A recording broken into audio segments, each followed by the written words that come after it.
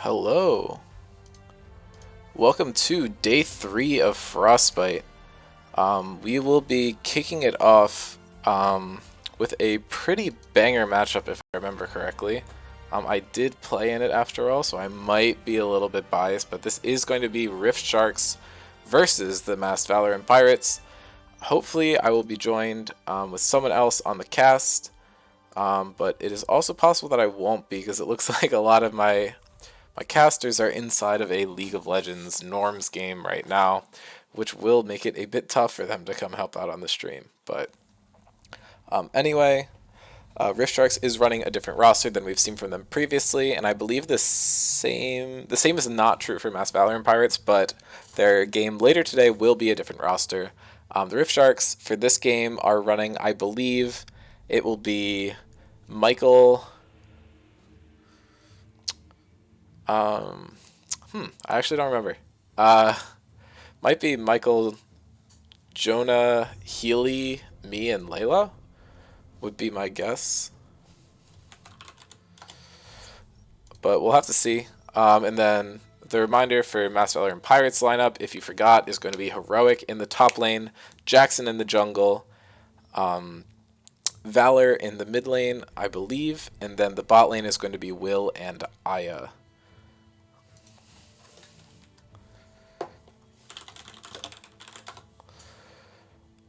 All right, I am going to give it like a couple more minutes to see if anyone can help me out on the cast, but do think people are in game, unfortunately. Don't necessarily want to solo cast my own game, but I don't know if anyone in chat wants to help me out. That would be helpful too.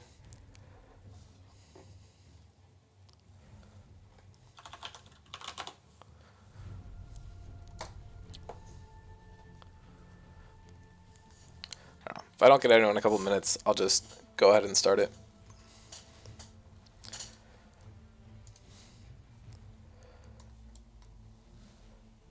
Also, Noam, I don't know if you're watching, but is the 2 gifted subs offer still up for today, or is that a one-time only thing we got going on here?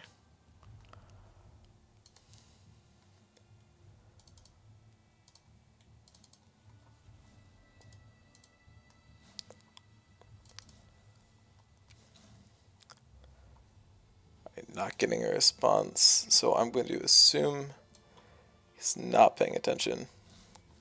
And we are going to hop into this game. Or actually, I think I got side selection wrong for this game real quick, so I'm going to go update that, and we'll get into game pretty shortly. So both these teams are going into this game with 1 win under their belt. And then the winner of this will have 2, and I believe will play against Spectres in the next round. And the loser of this will be in a 4-way tie at 1 point and will be paired against one of the other 1-point teams, which would be Metabusters, Andromeda, and New York Nutbusters.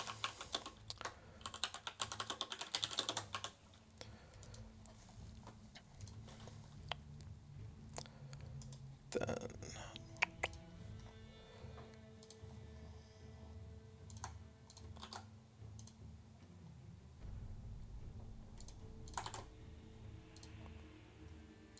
Alright, got it updated, and we are going to head into game.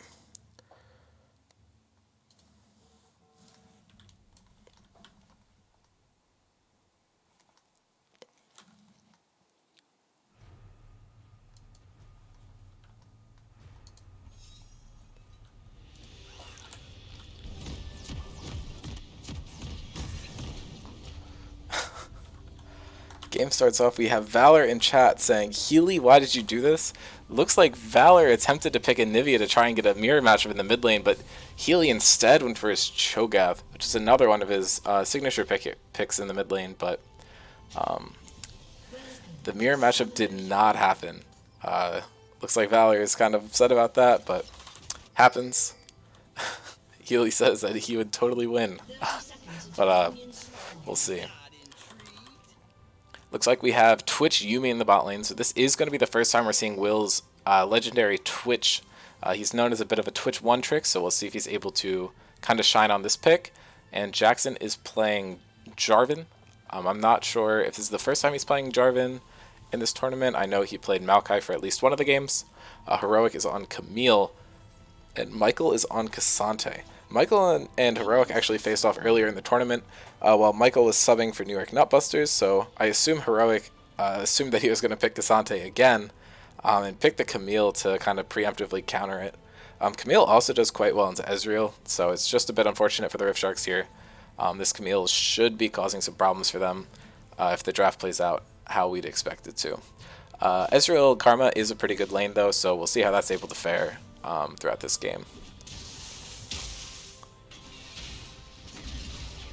Healy's playing pretty aggressively at the early game, gets Valor down quite low. He does not have the grasp, these otters aren't going to do as much, but he should be able to trade pretty well with his abilities with that Comet. Is able to dodge Valor's Q and gets a nice penguin hat tip emote. Healy actually has 0 CS at this point, so that's a bit unfortunate for him, but is trading pretty well. It looks like both members of the MVP bot lane dropped a ward in the same bush. Bit redundant, but definitely good to try and get vision of the early Karma plays, which do actually come out, so the wards are definitely getting some value in here. A lot of trading happening in the top lane. Michael's looking to get stuff done early, and it seems like Heroic is actually coming out on top of it. The Ignite comes down from Camille, and that's going to be first blood given over to Heroic. Healy is trying to get Valor here. Healy had already burned Flash, and Valor actually is able to get out by using his own. Healy still does not have any CS, which is not what you want to see at this point in the game, but was almost able to get a kill, but falls quite low to Anivia's Comet. Expecting to see Healy just take a quick back and then TP right back into lane. It looks like the Rift Sharks bot lane are slightly ahead, at least in the CS department. They're keeping Twitch and Yuumi pretty far off the wave.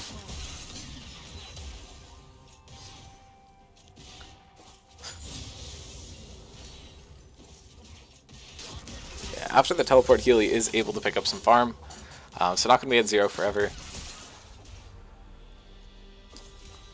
I's been playing this lane very well, eating up a lot of poke from the Ezreal, and also dealing a lot of damage with those Qs. Michael's making a pretty aggressive play here on the top side, but is not going to be able to get anything off of Jarvan.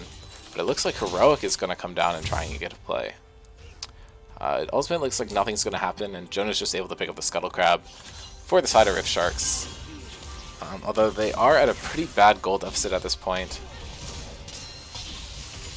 Jonah's looking to make a play on the mid lane. Stun comes out onto Healy, but it looks like the Cocoon must have either missed or just wasn't enough to get the kill for the Rift Sharks onto Valor.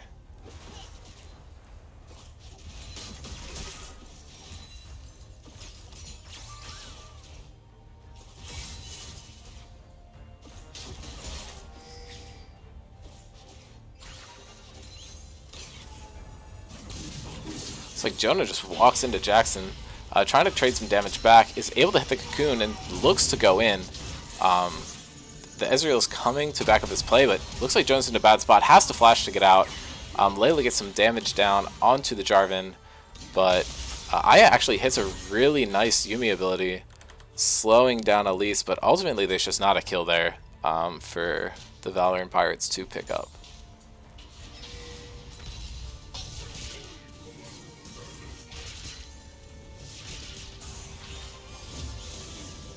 Aya doing a great job of stopping the Ezreal back blind.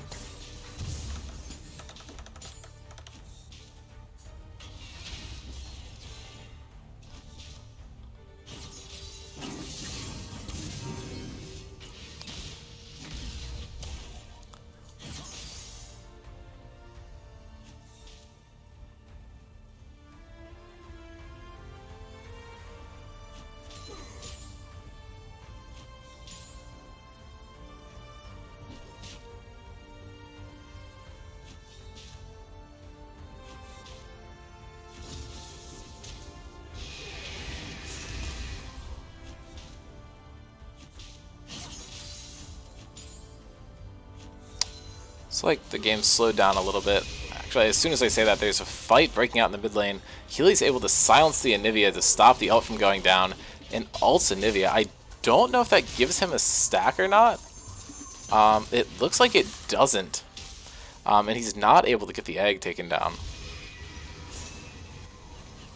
Another animated Pengu dab coming out from Healy. He's just having a good time. Don't necessarily think this matchup is the greatest for Cho'Gath, but he seems to be trying to make the most out of it. Heroic is doing so well in the top lane here. It looks like Michael's going to be in trouble, and yep, that's another solo kill for Heroic. This matchup is not great for K'Sante. One of his worst. He cannot really deal with that true damage.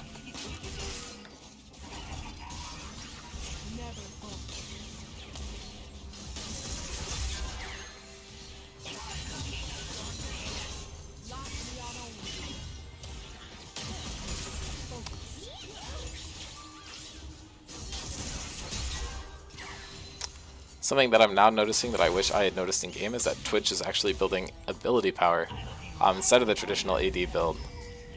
I think we are about to see why that matters. Rift bot lane is going in looking for a play, but Jonah's actually showing up behind us. Or Jackson's showing up behind us. Gets a good knock up. Burn my flash to get out. Layla's actually able to pick up the first kill of the fight onto Jackson, but this AP Twitch damage is going to take me down on the Ezreal. And that's a kill to will, and that is 2 stacks on the Dark Seal.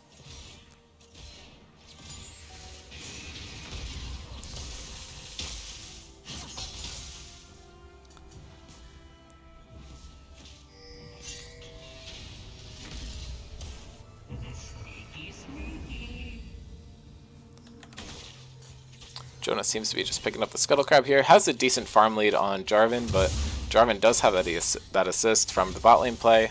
He's able to pick up a kill for his team there. Healy is getting traded on very well by Valor. Even though this is the champion that Healy is known for, Valor is definitely someone who's also known for picking the Anivia time and time again. And seems to be doing pretty well in it this game. Has a bit of a farm advantage.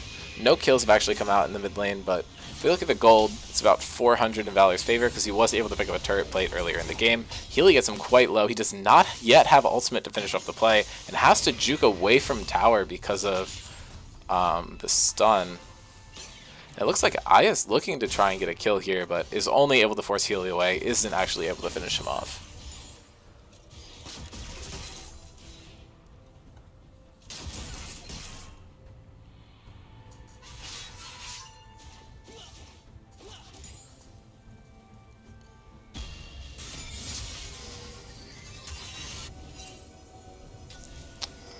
Looks like Rift Sharks are walking to this bush. They walk onto a control ward, are not able to make a play there, but are able to clear out the ward. Jackson just claimed the Rift Herald, should be able to make a play for his team there. Rift Sharks are attempting to make a dragon play. Twitch throwing some poison over the wall, could be looking for a steal. Ultimately does not get it. Jonah is able to pick up the dragon for his team. Some pings coming out. Jonah is stuck in the pit. He's in a really bad spot here. And the Rift Sharks bot lane is just going to attempt to walk out and save themselves. Yeah, Jonah ultimately does die to Jackson on the Jarvan.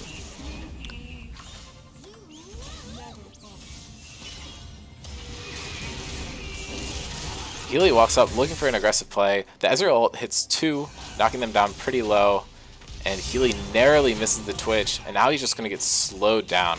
Something that AP Twitch offers besides increased poison damage is a bit of an extra slow there on the W. I just missed every ability here and not able to get a kill on Jackson. He falls down low. Layla's able to get the egg out, but the Twitch and Yuumi are just going to walk up, and I do not think she's going to survive. The exhaust drops down onto Jonah. It looks like they've swapped targets. Jonah's going to go in, look for the Twitch. Great wall by Valor. Is able to keep the Twitch Yuumi alive. As Will flashes over the wall, picks up one, and then Valor's able to pick up the other kill. This is a huge fight for the side of Valor and Pirates. I believe they picked up 4 kills across that. Puts Rift Sharks in a very tough spot. with a team that definitely needs to get ahead early to have a good chance to win the game. Howdy, I'm here now. Hello. You know how this game ends. Wait, are you here? What? You were on this game, right? Yes. Hi, I'm here now. Yeah, like you were saying, you know, the Elise, you really don't want to be getting behind with that. But what already looks like a 5k gold deficit, you know, you never want to have the team out, but looking a bit concerning. Yeah, and Rogue is just absolutely dominating in the top lane. Has a good matchup and just very good player. It's very tough for Michael to do anything here. Oh, we have the Nivea counter pick again. This was the draft team, not blind, correct? No, this is still once. So they picked the Nivea. Oh, nice. Okay. Healy is able to pick up a shutdown onto Jackson. Should be able to bring the game a little bit closer together.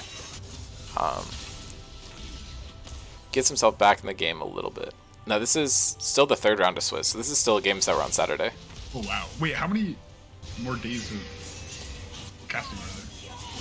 Damn, no one read the infographic, I swear to God. I deemed that was so long ago. Okay, but you can read it again. I also sent it out in announcements more recently than the original one. Jonah is looking to hunt down Valor. Valor is dropping down pretty low. It looks like Jonah might be able to get the gold and stop the execution. Oh. Valor attempts with the wall, but Jonah is going to get the kill credit there. Alright, so the last 4 games of Swiss are today, and then the bracket stage is tomorrow. That's great. So how does it then, like, I know at least one of the knockout games because my team was one of them. Well, but you can't. Why are you just spoiling things, Jacob? Wait, I think based on the fact that two teams, or that one team has Jacob. 2 wins earlier, right?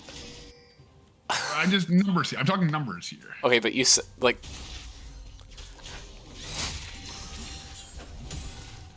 Wait, hasn't my team already seen 3 No. games? Or- No, wait. Wait, your team has played 3 games, but no one's in the knockout stage yet. The only team that's secured knockout stage right now is Spectres.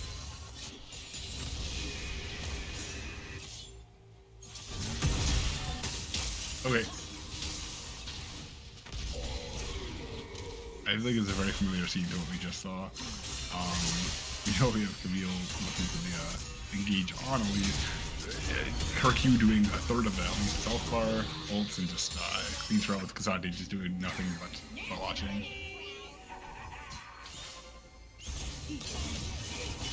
Alright, Yuumi Twitch are ready for a mid-level combination. We've seen some very good synergy between or very good stuff between Will and is it Aya? Is that what it is? Yes. Those two have been playing very well. You know, Will on the classic heavy carries like Jinx and Twitch. You know, the Yuumi the Enchanter is just absolutely enabling Will to get quite far ahead. I've noticed since you know, it's AP Twitch, it's not your normal AP carry. Yeah, Jackson was able to actually sneak that. We didn't get vision of the blue buff getting taken at all there. Jackson does fall low, but Twitch Yuumi is behind, and they do so much damage at this point. Twitch has 8 kill participation and now has 14 stacks on the Medjais after picking up another kill. Yeah, not to mention the double boss moving back and forth there. And yeah, Will at the moment. So look, oh no, the Yuumi hops off, gets knocked up, not being able to save the. Yeah, no, Aya plays so well this game. There's so many skill shots that would have been really bad if they hit Will that she blocks. Alright, and the end of that chain is that Nivea ends up with the double buffs. I think you're transferred 5 times there. I definitely love to see the blue buff on Nivea. Let's get the mana regen. Although at the moment there's no one to use it on. Alright, so we do have the 1k shutdown heroic. Here we have ADC and K'Sante. Although it looks like they're just barely tickling Camille. Oh, K'Sante ults away from the Ezreal. and Camille just chops him in half with her Q. Is Camille going to dive Dean here? Looks like he's going for it. You know, if this is messed up, it is a 1k shutdown, but he seems very confident about his mechanics. Okay, and you know, he doesn't get the heal, doesn't die. No harm, no foul.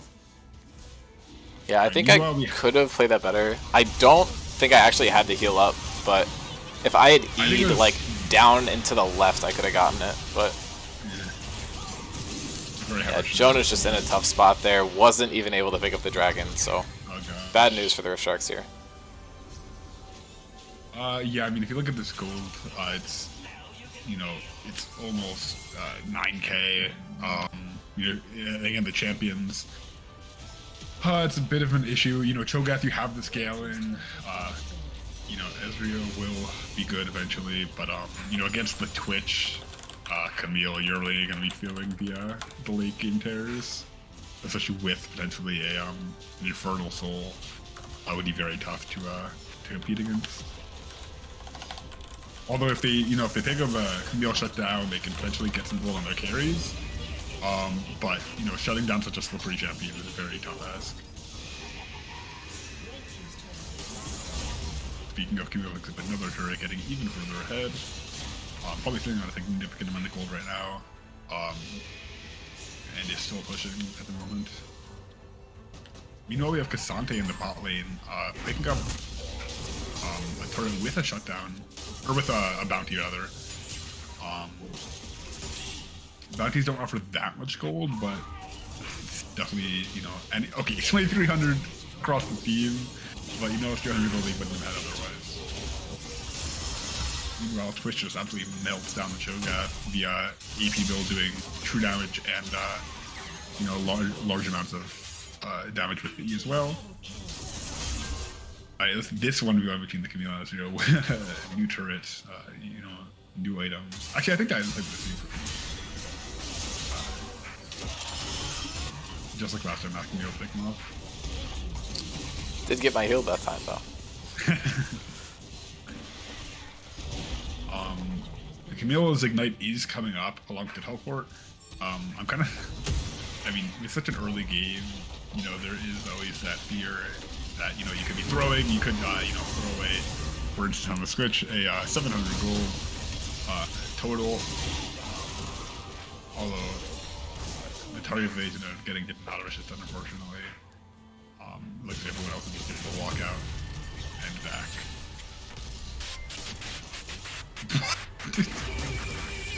Oh, there's a donation! I was like, let's go! Thank you, Solari, for the donation. I was very... Wait, that's a... Did that number just got the correct amount? Yeah, it was a $50. Holy, okay. Thank you. Did you not see? It was a 400 CS and $50 in 25 minutes. Oh, see, I was distracted by the variety of things on screen. Wow, that's really amazing. Again, the charity is of the winning team. I think we'll go over those more when the bracket is up. Or not bracket, but standings are up. Is that the first donation today, or? Yes, I believe so. And I will say, if you want to see the Doinby Rise Hack special animation, it is $25 or more is the threshold for that one. I know you have some Rise enjoyers that would love to see that again. So, you know, remember it's for charity, so you know, if you are able, it would be really appreciated. Able to you know, spread the message of the Doinby Rise Hack. Yes, the link is on the About page on our Twitch. And also, any proceeds that we gain from subs during this time will also be donated to the charity that wins. Although it's worse split for the subs, but true. But you get special emotes and stuff, so that's always fun. Exactly. And no ads. And no ads. I saw this thing. I was watching a stream yesterday, or maybe it was earlier today. They just like threw in an ad on the side, like during the stream. It was just like advertising some Amazon product. Weird. It was, I don't know. I've heard that they're like introducing it to some games, like on the side of a building. Like only the stream can see it. The streamer can't. It'll just be like, oh, purchase this Amazon item. That's so weird. It's like dystopian almost. I don't know. It's. I mean, I don't think it's as bad as the Candy Crush ads that were like in the sky over New York or whatever. Yeah. That was pretty funny. We live in a society. Yeah, this game is pretty doomed. Yeah, I don't think our morale is very high at this point in the game. If I may ask, as someone who participated in the draft, I know that Jonah is usually on more of the farming picks. I mean, this is his third consecutive Elise game in this tournament, so. What was it was just his idea? Or? I mean, I'm not speaking on it. I'm not leaking drafts, so. I mean, these teams are pretty non-standard. I guess your team is fairly. A lot of the teams had a significant amount of subs, or subs from other teams. Wait, I mean, these are like both like. This is straight up Valor and Pirates starting lineup, and this is like. Yeah. This is like one player off from our starting lineup. I don't think this is a non-standard team at all. That's what I was saying. That's what I was saying. A lot of them are, but this one is. Yeah. Alright, looks like we have the Twitch sneaking up on the Cassante. It's level 11, level 13. The Yumi obviously makes up that gap. Is that a level 11 Twitch and a level 14 Yumi? A level 11 Yumi. Okay, the stream compression is really doing a number on that. To be fair, I also thought it was a 4. I think it's just like the white of Yumi's face and stuff. Oh, don't watch what I do in this play. I think I miss everything. Oh no! And then like, I also miss that. And then that goes into the wave, and then...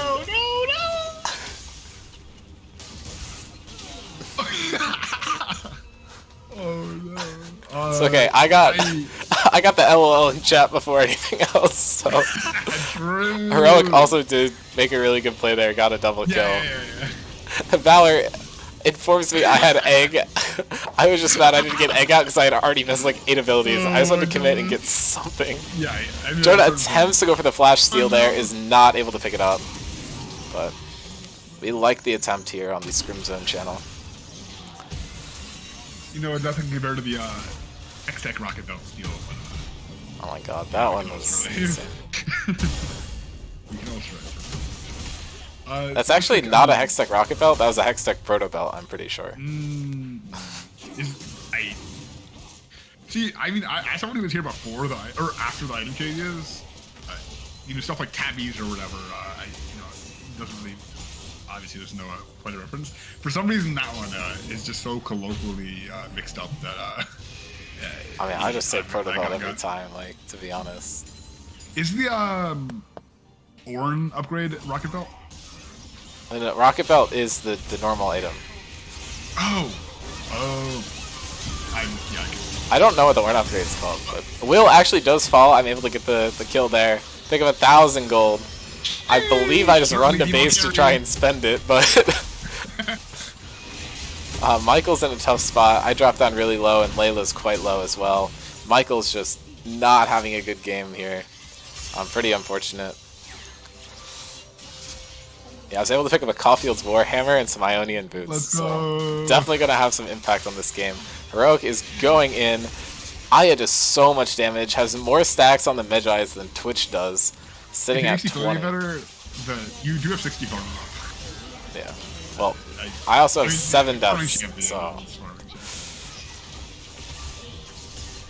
And that should just be the game, we both obviously talking about things. Oh, Camille Q is such a fair. I mean, obviously, 40 kills, whatever, but it hurts my head. Wow, that was really. I mean, I missed the beginning of the game, but you actually, it was very even until you showed up. So. Oh, that was bad luck. Exactly. you guys that was the problem originally as well. Yeah, Heroic and Aya had 0 deaths between the two of them. So. Holy. Shout out to that. Jonah had 10. Unfortunate, but yeah, he had no deaths for them. Actually, wait, did he have more deaths than the other team combined? Yes, yeah. I had as many deaths as the other team combined, and so did Michael. So this is not like a. This is just a very one-sided game. think we just lost the draft a little bit and flipped Yeah. one team fight in a bad way, but we I had mean, it's like very hard to draft. I mean we had Yeah. like four like everything was bad. I was like as Yeah, many bad and matchups as you could possibly get. So it's what it is. Again, yeah, accidentally yeah. showing drafts. I really am just don't understand what's going on clearly. I'm gonna update the standings real quick, and with that, the third round of Swiss has concluded. For those of you who participated in the tournament, this means that we're going to start streaming Sunday's games right now, and we'll be doing so for the rest of the tournament. There are 6 games remaining, the final round of Swiss, and the single elimination bracket stage, of which the top 4 teams from the Swiss stage are going to progress. Since Mass Valorant Pirates and Spectres both have 2 or more wins, they are going to have locked a spot in the single elimination bracket stage. Seeding is going to be determined by the win time of, or the average win time of Valorant Pirates and the 2 teams that win their game in the final round of Swiss. Let me generate the assets real quick. The next game is going to be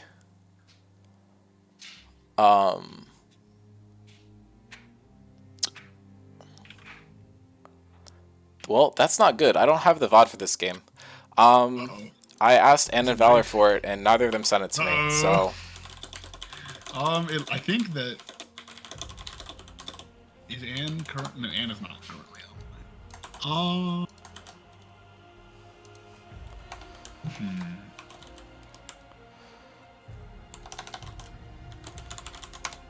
I mean, we could just potentially. Hong says he's gonna send it. Okay. Okay, Teddy, do you know what side you were on at least?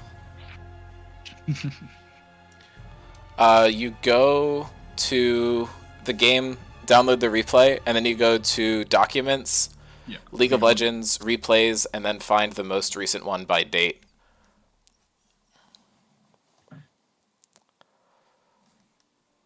All right. So, do you are we aware of the roster for both teams? I think MVP is main roster, right? Nope.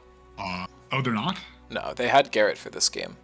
And Valor right. subbed out for Steve in the mid lane, I'm pretty sure.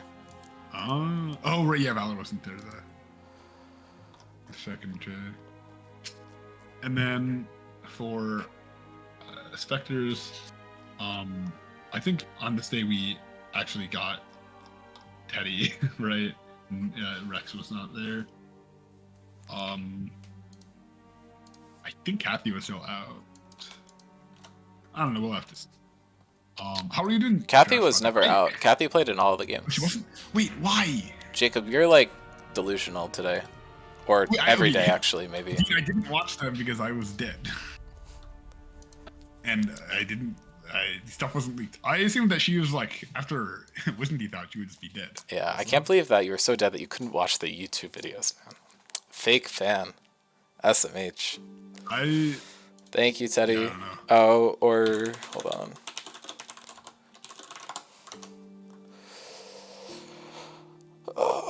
Okay, we should be ready shortly. Let's go.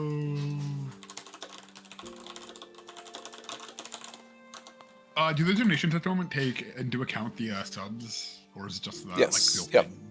Oh, that's really awesome. I mean, this is the first I think event that we've done that has taken donations, right? And Yep. seeing such a generous outpouring of support is really it really feels great. Seeing such a caring community that we've fostered. Really great people here. Just thank you everyone who's donated. And thank you everyone for watching. Just good vibes. Also, did you make this snow effect? Where did you get it? It's awesome. It's on Stream Elements. Cam set it up for us. That's like shout out to Cam, content admin. Set up a lot of this. Alright, here's hoping my Wi-Fi doesn't die while I download the video. Or the download. See, there were some things where, like, I heard you go robot, and I was like, I don't know if that's you or me, because my internet's also been spotty. It could be either or both. Who knows? Yeah. Yeah. Trying to get the standings updated real quick. so we can see what the matchups are going to be for the next round. Just a reminder, because of how the standings are going into the third round, Spectres and Mass Valor and Pirates have already qualified, so there are going to be 2 matches between the 4 teams that all have 1 win for the first 3 rounds, and if each of these teams win, they make it to the single elim bracket stage, where it will be tournament draft pick, and if they lose, they will be eliminated, which means that their charity is no longer in contention for being the winning charity. That's every game other than Spectres versus MVP, right? Yes. So wait, so what I said earlier wasn't a spoiler. That's what I said. You said, I said that my team. I said that my team still had like in the. I said I had the Elim game, and you're like, spoilers. oh, you said draft game. Oh no, I meant Elim. I said I either meant or said Elim. One of the two. It doesn't matter. Well, they are different. Okay. I believe. No way of proving which one I said. So. All right, the standings are updated. Mass Valor and Pirates did get this win, and we are going to update the sorted standings. And they are going to be right here. Okay, so Spectres and Mass Valor and Pirates have already qualified, and the remaining matchups are going to be Rift Sharks versus New York Nutbusters and Metabusters versus Andromeda. I believe, based on the seeding, it was supposed to be New York Nutbusters versus Andromeda, but that game just happened in the previous round. Even though Andromeda has already played Metabusters, it happened farther back in time than the New York Nutbusters one, so figured it made more sense to do that one instead. And we should be on the Rift soon, watching Mass Valor and Pirates versus Spectres.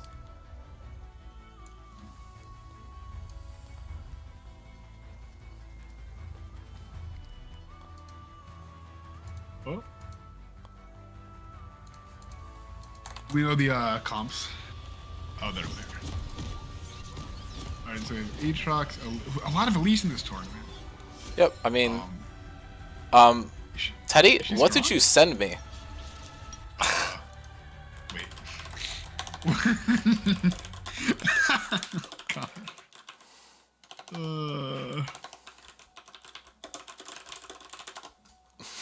We should just watch that game. You know? See what happens.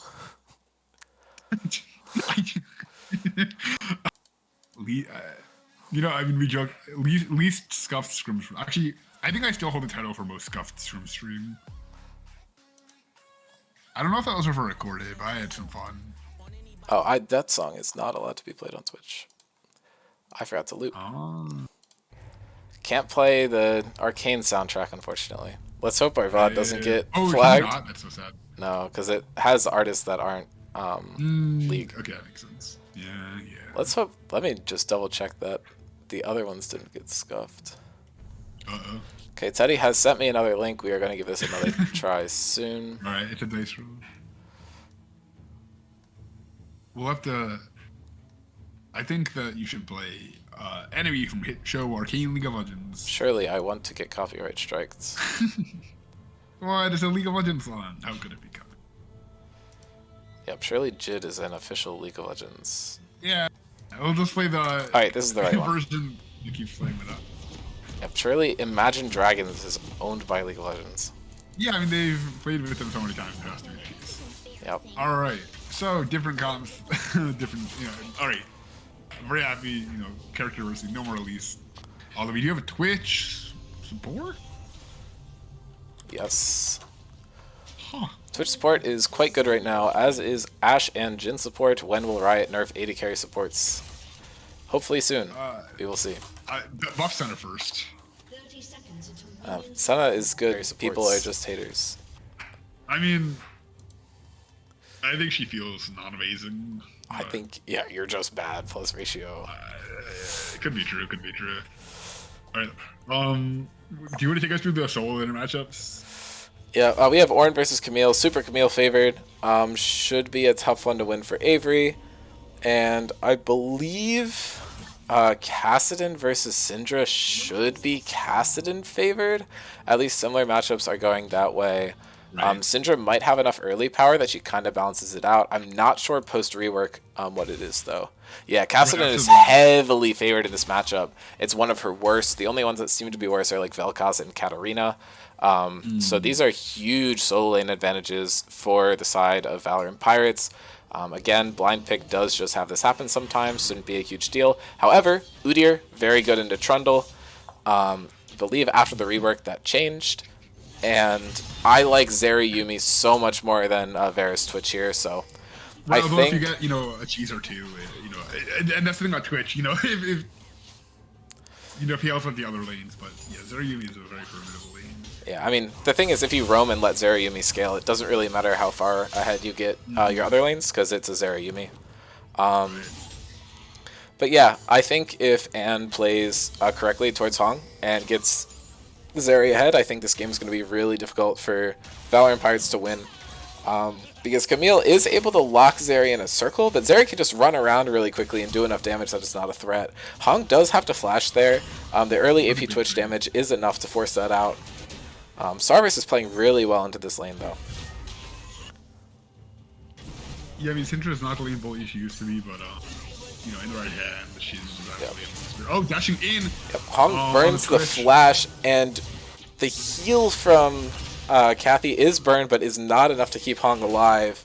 A lot of fighting going down bot. Kathy has 3 stacks of blight on her, might fall, but Garrett misses the E and is exhausted. Kathy should just be able to auto him to death, except Varus burns the heal to keep himself alive. Really, I mean, really aggressive play from Teddy there. Trading 1-for-1. Trading with the support. Both ADCs have a kill. But, without Twitch being in lane most of the time, the gold on Zeri is going to be potentially more meaningful than the gold on the Varus 4 lane. Yeah. Aya did just drop a control ward in Pixel Brush. There is a fight happening topside. And drops down low, tries the CC immune, but does fall to the Trundle Q. Mamma mia. Oh, looks like... no, never mind. I'm sorry, Yumi bought a book instead of a fairy charm. Depending on, how often you use your passive, I think that against, a single opponent, you're definitely going to proc it more often, so I like the decision there. But, if you're trading too often, it can definitely be a bit scary with the low mana on Yumi. It looks like you have a fight over what will soon be Dragon here. Yep. Hong actually runs in, pops the W and the E, but has to leave because he sees the Trundle. The pillar comes out. Love the traffic cone on the skin. Very funny. Hong drops pretty low, but should just be fine. And he has the Yumi to heal him up after this fight. The other lanes are also looking to fight a lot. This could turn out to be a pretty bloody game. Sarvis gets a good trade onto Kassadin, but is not able to follow up yet as he does not have ultimate. Avery tries to immune the stun. It's going pretty well, but it looks like that fight goes away, and Anne's getting beaten by the Trundle in her jungle, but she's able to pop the ghost and get away. The stun under tower should be enough to pick up the kill. Well played by Anne there, but Aya's just going to able to pick that up. Jackson a bit big for his own britches. And Avery's able to cancel the Camille play, but it's not going to be enough. He has no follow-up remaining to pick up this play. Jackson actually did misstep a little bit. Looks like he almost canceled an auto under tower, but after the flash. And just played it pretty well. Very hard for Jackson to execute when the Udyr does have a stun to stop the play. Right, and Udyr's stun is interesting because it dashes towards the opponent. So it can, if you're not thinking about it, catch you a bit by surprise, just like, how early the range works out. We do have the double of Twitch roaming here. Pretty scary stuff for Spectre's lanes if the ganks are due, the slowing of the auto attacks and the perma abilities. But because of the roaming, Zeri is able to pick up a pretty decent lead in CS over the Bears. Yep. And Aya and Steve are looking for a play, but they're only able to force out the flash from Sarvis. Sarvis is still able to hold ultimate. Not that you necessarily want to burn that into play. Avery is going in onto Heroic, but I don't think he has kill threat here. Teddy is doing a job of getting ahead, but Kassadin actually has the most farm in the game. He is absolutely busted right now. Could be a very good late game carry for them if he's able to execute the fight right. There is a lot of CC to hold him back, and I think it will be tough for Kassadin to engage on a team that has a Syndra. But he should be able to win the laning matchup against the Syndra, but we'll have to see.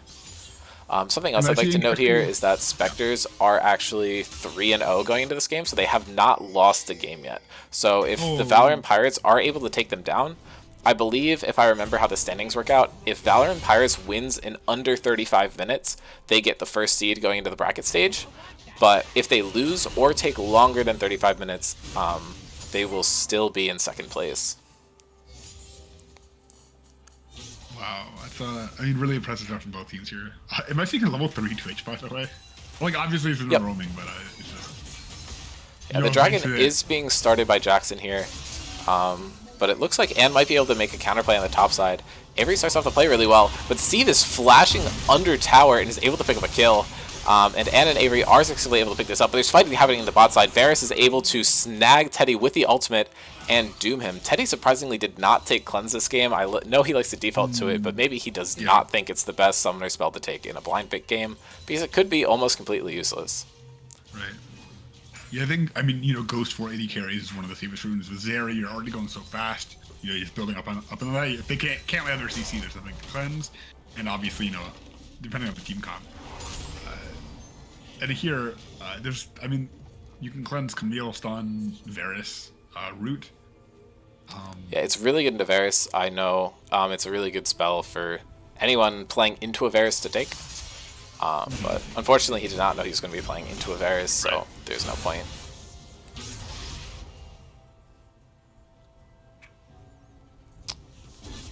Yeah, Garrett is down.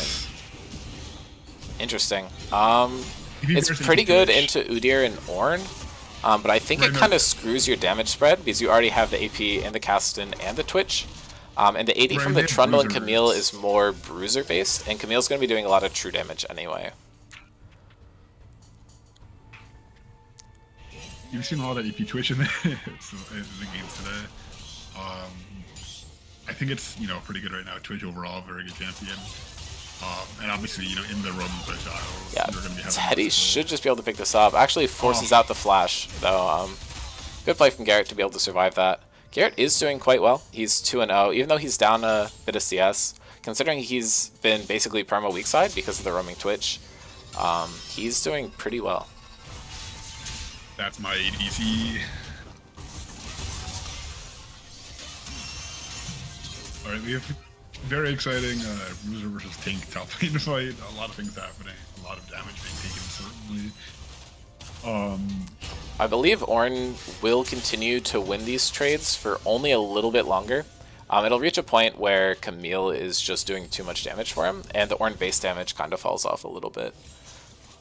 Right, I mean, once that true damage starts stacking up, the resistances don't matter as much for Ornn. Yep. Ann is here to turn the fight. I stepped up a little bit, but the Ghost from Ann is just going to be able to make sure that this should be just a free double kill for Teddy. Yep. And there we go. Hongbaba double kill. Now he is in a vastly superior position to Garrett. We've nearly matching builds from Varus and Twitch here. You know, but I mean, we talked about that earlier. They do have, you know, 1 or 2 tanks depending on how Ann builds. I think Ann's building tanky here. So that damage sudden might be a bit of an issue for them. Although, no, wait, Ann's going AP. I'm assuming this is going to be a demonic first on Udyr. Avery does get his auto attack animation cancelled by the Camille ulti. A good time to do it, but Heroic is ultimately going to be able to pick up the kill there. Ornn just kind of got stuck doing nothing for a while because of the timing of the Hextech ultimatum. Very well played by Heroic. Sentry using ult on Twitch, just a bit of disengage. Not sure the cooldown on that spell. And is looking for a play topside. Should be able to pick this up. Heroic actually buffers in, but the stance changes should give Ann enough speed to catch up in time. Let's go and get over the wall. Yeah, Blast Cone is going to be our only hope. The grappling hook does have a bit of a time cooldown on it, but I think Rogue played it as well as he could given the scenario, but unfortunately for him, Anne is able to pick up the kill. Yeah, and then with that, Anne gonna start building a bit of a shutdown. And Zeri, Yep. Hong ults in, very strong. and the Yuumi splits the focus onto onto Aya, slowing her down. That's going to be another easy double kill for Hong. This is the danger of having a roaming lane into a Zeri. The Zeri just gets way too strong. Even Zeri already doing ridiculous damage in only 11 minutes. And that's only going to get more and more as the game goes on. Yep. Hong abusing Zeri while he still can before Riot. This is post-nerf. Did they hit there's another one? It's possible, but she's definitely not as good. The most changed champion already, so, you know. Yeah, well, anyway, Teddy does get all the glory here with his 5 kills, but you gotta shout out Sarvis here. Normally, you'd have some sort of trade. Hong gets a freer lane because Aya roams a lot, but you'd expect Aya to be able to get something done in the mid lane, but Sarvis has just been playing super well, not letting the Twitch roams mess with his gameplay, so. Against the caster, the Mage Slayer, and with the Twitch just constantly... Great flash by Avery, able to avoid the stun. It's really impressive stuff from Sarvis here. Showing why they're the undefeated team so far. MVP, with the Drake, showing that it looks like we have a 3-stack here. Yep, and Sarvis is able to hit all of them with the stun. Steve flashes in, is not able to pick anything up. Sarvis playing super well, is able to pick up 1 in the 1v3, and Hong should just be able to kill Garrett here. Does get hit by the Chain of Corruption though, so not able to finish off the play. I know what things are called. What's Camille? Dean, huh? Hextech Ultimatum, I already said that one. What? How about Udyr score? Oh, that's like Bear stance, Turtle stance, Tiger stance, Cryo Phoenix stance. This guy's a nerd, holy. He also picked the easiest champion in the game. Like, Hong is going in. This should be another free double kill, but Kathy picks up a kill. We were talking yesterday about how she has admitted to stealing a lot of kills throughout this tournament, so yet another one in the books. Support main drives up. Yep. And is at 5 stacks on the Darksteel and is going to have to fend off a Rift Herald here. Looks like Jackson might have just run out of time on it. I didn't even read that number.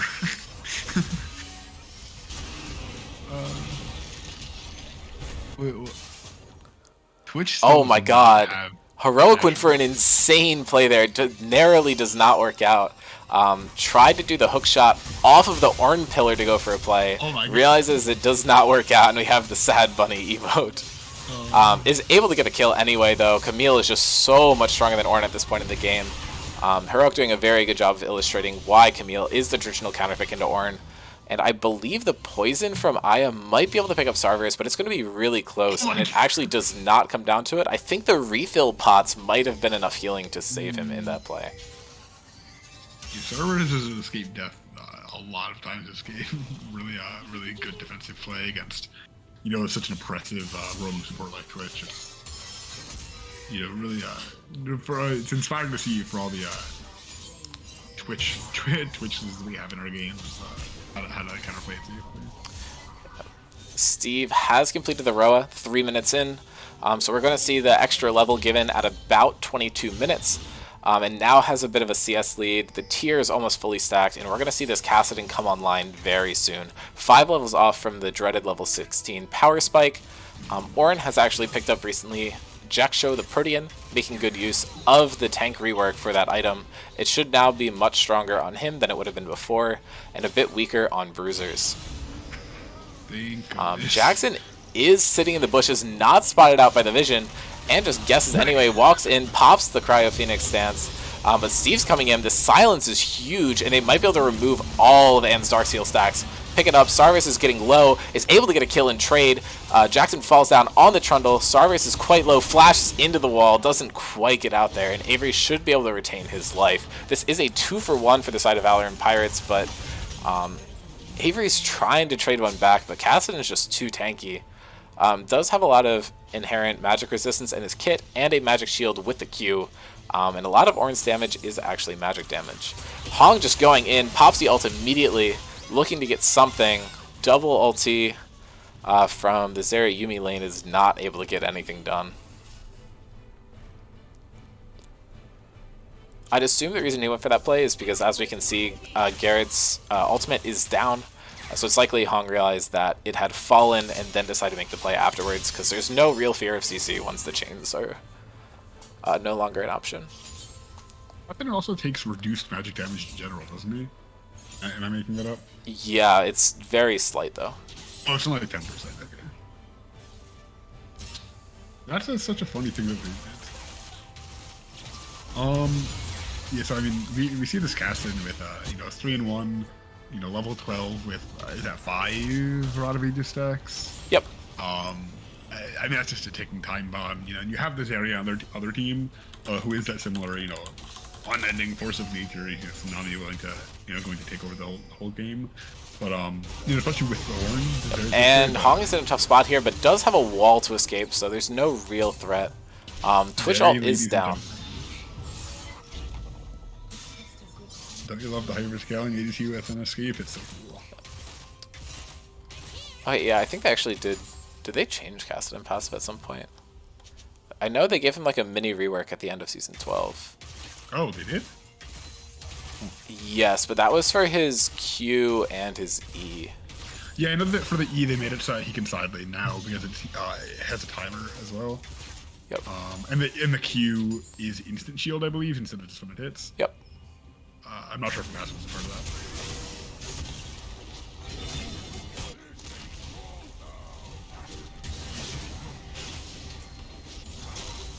that. So we can see the results of the Twitch support here in terms of the CS in the bot lane.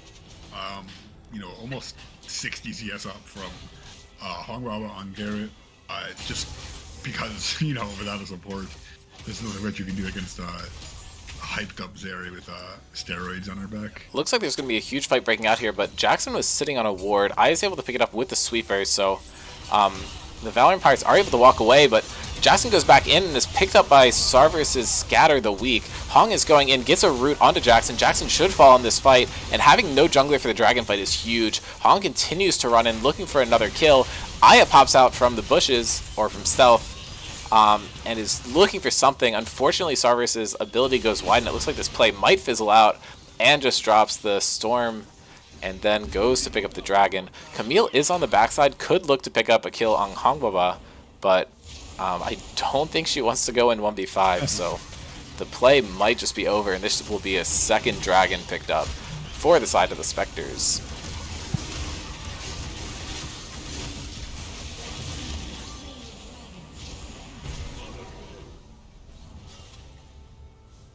So what do you think about the, both sides have their hyperscaling picks.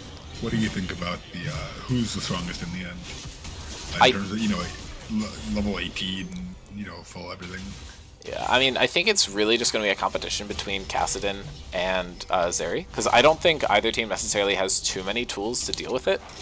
Right. I think Sarver's, being as fed as he is, helps out a lot, because if he's able to hit good scatters onto the Kassadin, it kind of negates Kassadin's ability to just move all over his team, because it should shove you back about a distance kind of equal to a Rift Walk.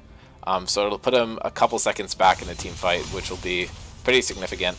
I honestly don't know how the Valorant Pirates are going to deal with the fed Zeri, and I think that is the bigger concern here. Zeri does have the most farm of the game and is about half an item ahead of the Kassadin. Yeah, I think, to me, I think the difference is in terms of the peel, because who takes care of Zeri? It's going to be the Kassadin. Assassin, Kassadin basically an assassin. Twitch also an assassin.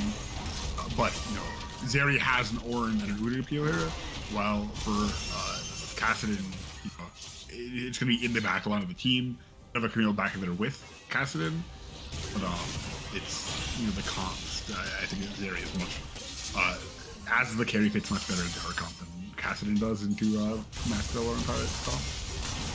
I mean, likely I don't think it is going to be the Kassadin that's going to be able to take out the Zeri just because of her movement speed. I think we're going to look more for the Varus trying to hit some chains. It is going to be tough with that extra movement speed though, but Aya is able to pick up a kill on the top side. Avery is falling once again. This matchup is pretty tough and he's at a pretty bad spot after the laning phase. And has completed the Demonic and I believe is looking for... Is that Radiant Virtue by any chance? I honestly don't know. That might be Jack Show. I think I'm trolling. Radiant Virtue definitely has different components than that. So we will see the Demonic Embrace Jack Show Udyr pretty soon. It's going to be very strong and is building some Darksteel stacks back up to improve her position in this game.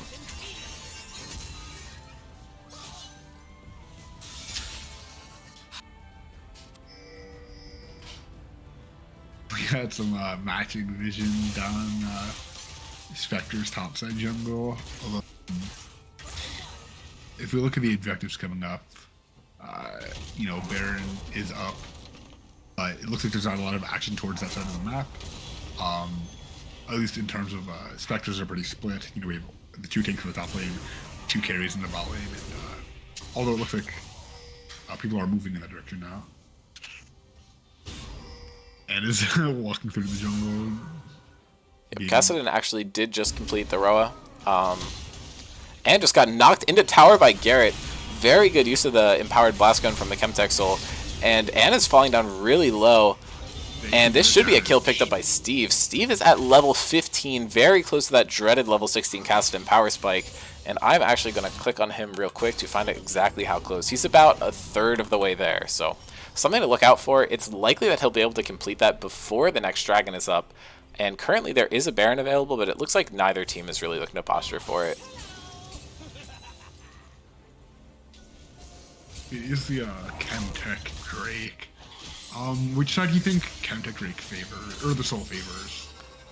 I think it's really good for Udyr, but it's also really good for Kassadin and Trundle and Camille. So I think if either team is able to pick it up, I think it is going to be stronger for the side of the Valorant Pirates, but I think that the Spectres are in a better position to look for the Soul there. Heroic actually just made a really good play, was able to pick up the solo kill on Sarverus underneath a tower. Camille is a very scary champion here, and while Zeri, as we discussed earlier, does have the mobility to kind of avoid her inside the Hextech Ultimatum, Syndra does not have that same capacity. She's very immobile, and once that first scatter is used, she doesn't really have a way to get away from the Camille.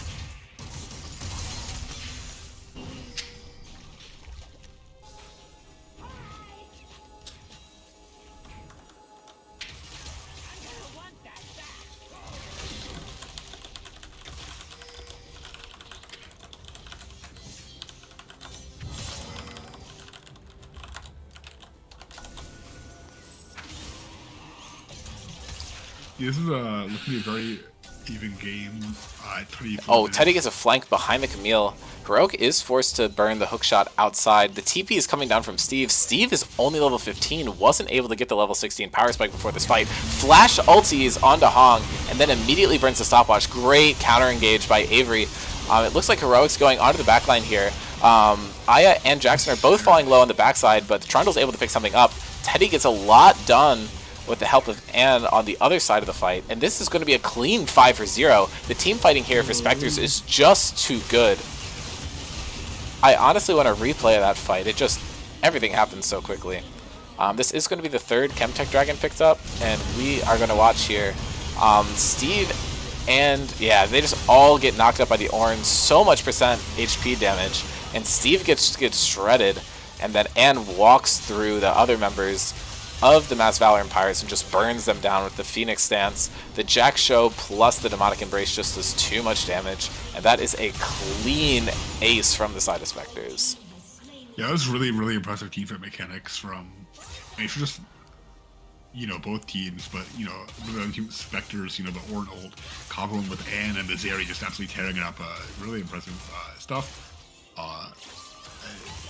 It's showing that Frostbite style with the Cassin trying to, dive in, while Spectres just didn't get distracted. They just, fire down the tanks and let the fight develop naturally and just tear them down with fighting through the strings. Yep, they were able to transition that dragon also into the Baron, so this is a huge position for them. They're now up about 4,500 gold. I will say I don't know how much of it was execution, except for Hong. It's really just a kind of a misplay on the Valorant Pirates side here. You're playing with a comp with Varus, Twitch, Kassadin, and Camille. All those champions are really looking to just catch a couple people out, but instead what happened is that the Valorant Pirates just all walked into a cluster of 5 Spectres champions, and Ornn and Udyr as well as Syndra all benefit greatly from grouped up champions, and then Yuumi and Zeri, while they have their ultimates up, also benefit from that pretty greatly. They're able to hit every single member of the other team with their abilities, and it's just not fair at all. Even though the gold was pretty close going into that fight, the Valorant Pirates probably should have just seeded that Drake, because the Spectres did a really good job of getting set up before they started it, which made it basically impossible for the Pirates to contest it. Yeah, well said.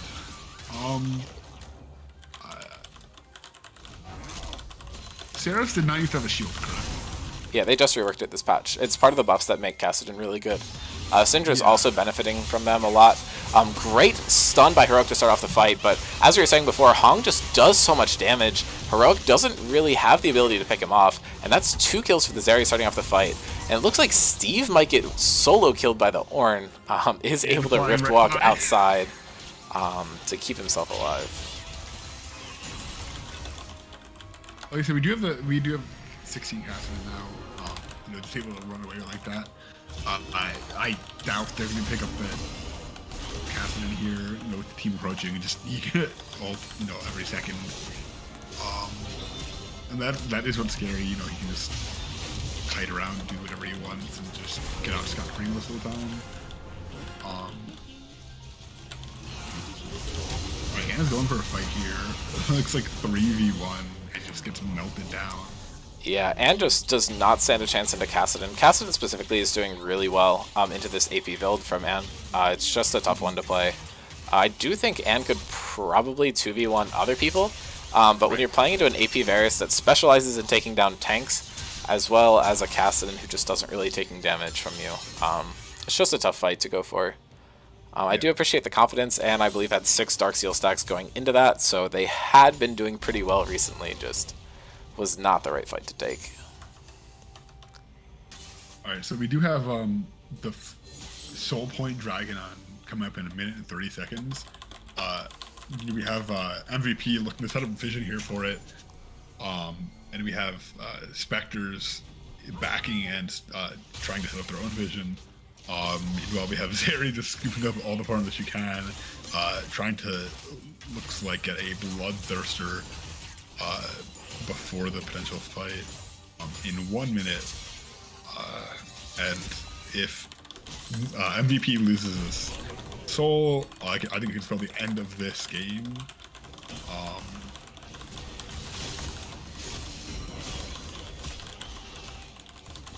MVP was able to set up vision control of the dragon. You can see poking at the Zeri, who's looks to be almost frontlining.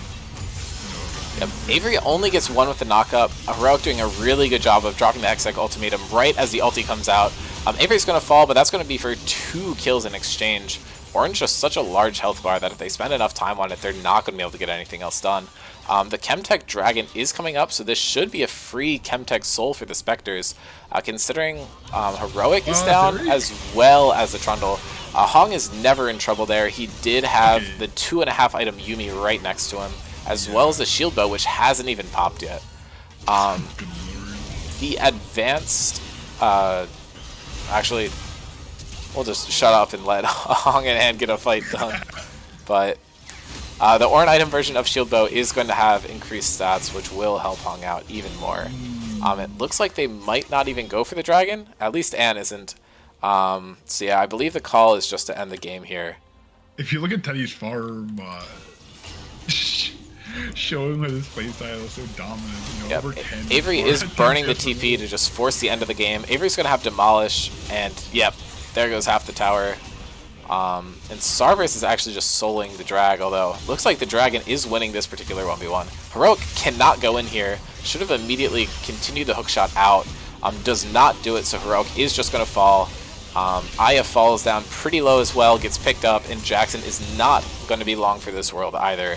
And this is another clean ace for the Spectres, and they should just be able to end this game in about 31 minutes.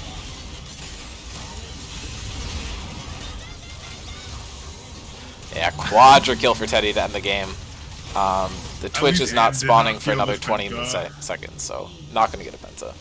So that's 2 games in a row for this team ending in quadra kills for that ADC. Really nasty stuff. Showing that who's playing their bot lane, they will absolutely tear it up. It's crazy 17 or 2 Zeri with over 10 CS per minute. I can't think of a scarier threat in Summoner Shift than that. Really impressive stuff from both teams, but that is going to lead Spectres to a perfect record in the Swiss round. And MVP, their loss, being against the #1 team, it doesn't feel so bad. Who is our next game going to be? Our next game is going to be Rift Sharks versus the Nutbusters. Let me generate the assets for that real quick. I actually have 2 tabs of our Twitch pulled up. I'm kind of trolling. Okay, I should remember what side we are on for that. I believe we were on blue side. We should put New York Nutbusters on the other side. And for this game and the next game, both teams are at 1 win apiece. So whichever team is able to pick up a second win is going to be the team that advances to the elimination stage. So whichever of these teams does end up losing is going to be eliminated, and that means that their charity is no longer going to be in contention to be the winning charity that our fund will go to. Right now it's at $161.25. If you'd like to see more money given to a charity, you can feel free to donate at our donation link in our About page on the stream. And you can also just go ahead and sub like you would normally. All proceeds we get from that will be going to the charity that wins. We will have our updated standings right now. If they load, they just decided to leave. That's okay too, I guess. Not actually sure where they went. Very odd. All right, there we go. So Spectres is going to end the Swiss rounds with a perfect record of 4-0, and the Mass Valorant Pirates ends 2-2. 2 of these other teams will also be 2-2, and 2 of them will be 1-3. The first matchup we are going to watch is going to be the New York Nutbusters versus the Rift Sharks.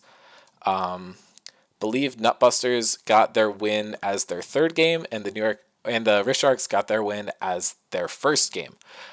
So can Rift Sharks break their drought and win this game, or will the Nutbusters continue their hot streak with Blake joining their team back? I'm pretty sure Jonah is a sub for the Nutbusters in this game. PB was unfortunately not able to make this tournament, which is a bit unfortunate. Would have loved to see the full roster, but understandably some things come up and people are not able to make it to the games. I have no clue what our lineup was for this game, so we'll just have to see once we get in. Oh, it's this game. Okay. I whipped out some forbidden tech in this game. Oh, wait. Reisenberg is support. Yes, he did that in their previous game as well. We are seeing a run back of Mike and Blake playing the Rengar Ivern, with Taxi playing the Yuumi support. I believe they got up to 22 kills on the Rengar in the previous game, so we'll see if they're able to run it back. I actually whipped out my Bel'Veth the jungle for this game. If you're wondering, hey Dean, you'd never play that champion? You're completely right. This is my 3rd time ever playing Bel'Veth. I picked her up once, thought it was fun in a ranked flex game. Told my team first time Velvet, I swear I'll carry. They said, "Oh, so we're trolling this game." We had like a Teemo mid. We won in 18 minutes. I took the Rift Herald, stacked up 5 waves of my boy Joel, and we just ended the game.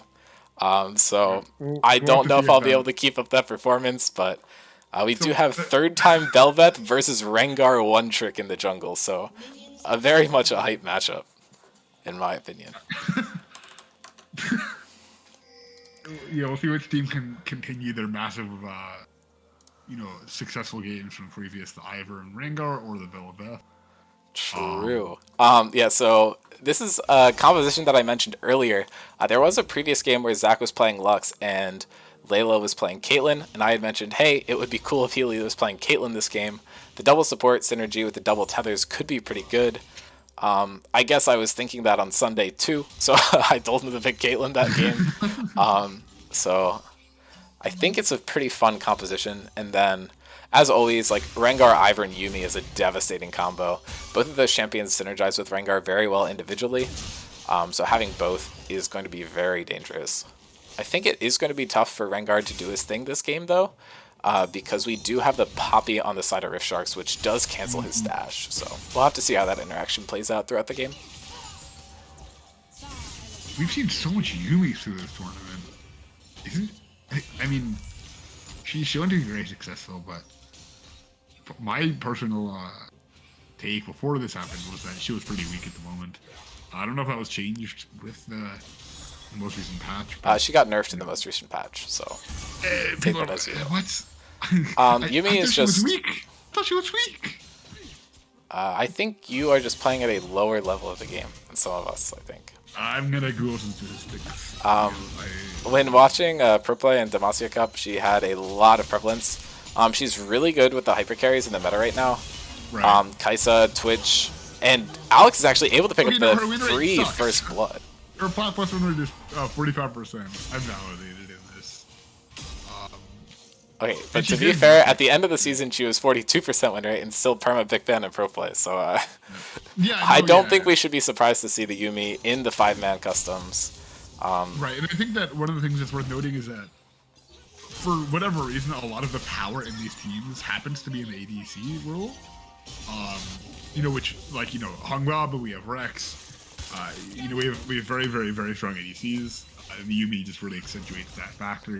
Lets them get ahead and then just do their thing, tears up entire teams. And also she's just cool and fun to see people.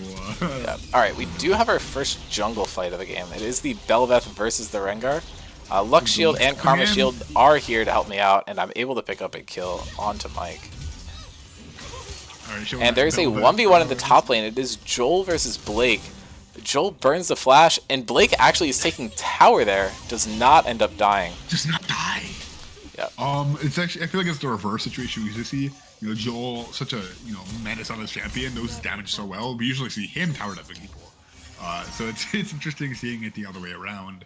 Or people are going for tower dives against his top. Yeah. I think Ivern is definitely not a champion where people consider him to have a dash, but he actually does. So Poppy will have a good advantage in that matchup, able to cancel his dash on his Q, as well as the dashes provided by provided to his teammates on the Q. Healy looks for the play, does not have enough damage, and Yuumi is able to reattach with her passive shield and shield Alex enough so that he does not fall here. Mike is looking for a gank here. Zach is pretty low on mana, so he could be in a tough spot, but it could also mean that he's going to back and avoid a gank. I'm not sure what's going to happen, but it looks like it is what I predicted. He is just going to base on his low mana, and the gank is just going to fizzle. Looks like Rengar is pathing up towards topside. Playing around this Ivern is really good, and if he's able to kind of walk around this way, he should be able to stay out of vision of the minions and enter the bush. Looks like he's going to choose to not make the play because the wave pushes, which takes away that vision bubble that he could have avoided.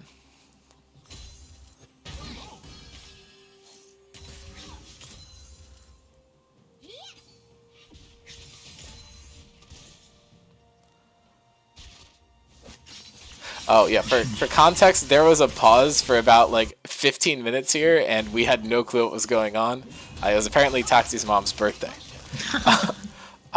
Taxi then immediately dies after the pause, so a bit unfortunate. Yeah. Some pings coming out there mid lane, but there's also a fight happening top, so we'll just watch the one top. Joel gets Blake quite low. I think he could have finished off the kill, except his shield did bounce into Blake's tower, so it's a pretty tough spot. This is going to be a 2v1 for Joel, but he's almost able to pick up a kill, and is able to pick it up with the ultimate, although I believe Mike should be able to just kill him. Has the Ivern Bush to give him the dash, but I am able to pick up a dragon here to get the cross-map gameplay. You can just make Rengar, make Rengar your little kitty cat just sit there and look at you, waiting for the cooldown to go away. Is there no particle effects for Lux? Oh no, I swear I was missing earlier. I think she's just popping it instantly. Or it could be a bug. Who knows? I think we've also seen a lot of Karma this tournament, although that is specifically from Layla, I believe. Yep. I don't know if anyone else has played it yet, and I don't know if anyone does later. We'll see. No comment. I feel like I've seen her a lot more in my games recently. I'm not sure what it is about the patch, but what? Okay, yeah. But it's a very strong champion. I'd say I'd argue. So we saw the Lux ult mid. Very short cooldown. Not that big of a deal, but he's chunking out the Silas. Wait, is that? I'm sorry. I forgot. I forgot John played mid. It's been so long.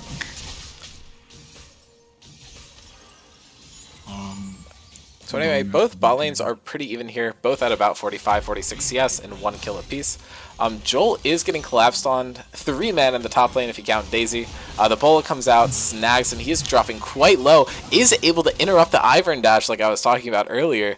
And I am here to kind of balance out this play, get the flash double knockup, Blake goes down, and Mike is running for the Poppy, might be able to hit him, but actually Joel shoves him back with the Poppy E and is able to pick up a kill. So a play that could have gone horribly wrong for the Rift Sharks actually does end up going in their favor. Jonah is playing with fire here. He is at quite a low HP threshold, but is staying in lane against a Lux who has ultimate. The thing is, Zach does not have enough mana to use it, but he just leveled up, so that could soon change.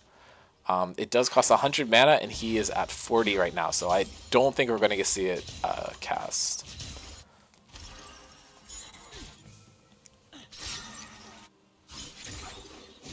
Oh, but he does get snagged, and Auto here could seal it, but not quite. Jonah is insanely low, though.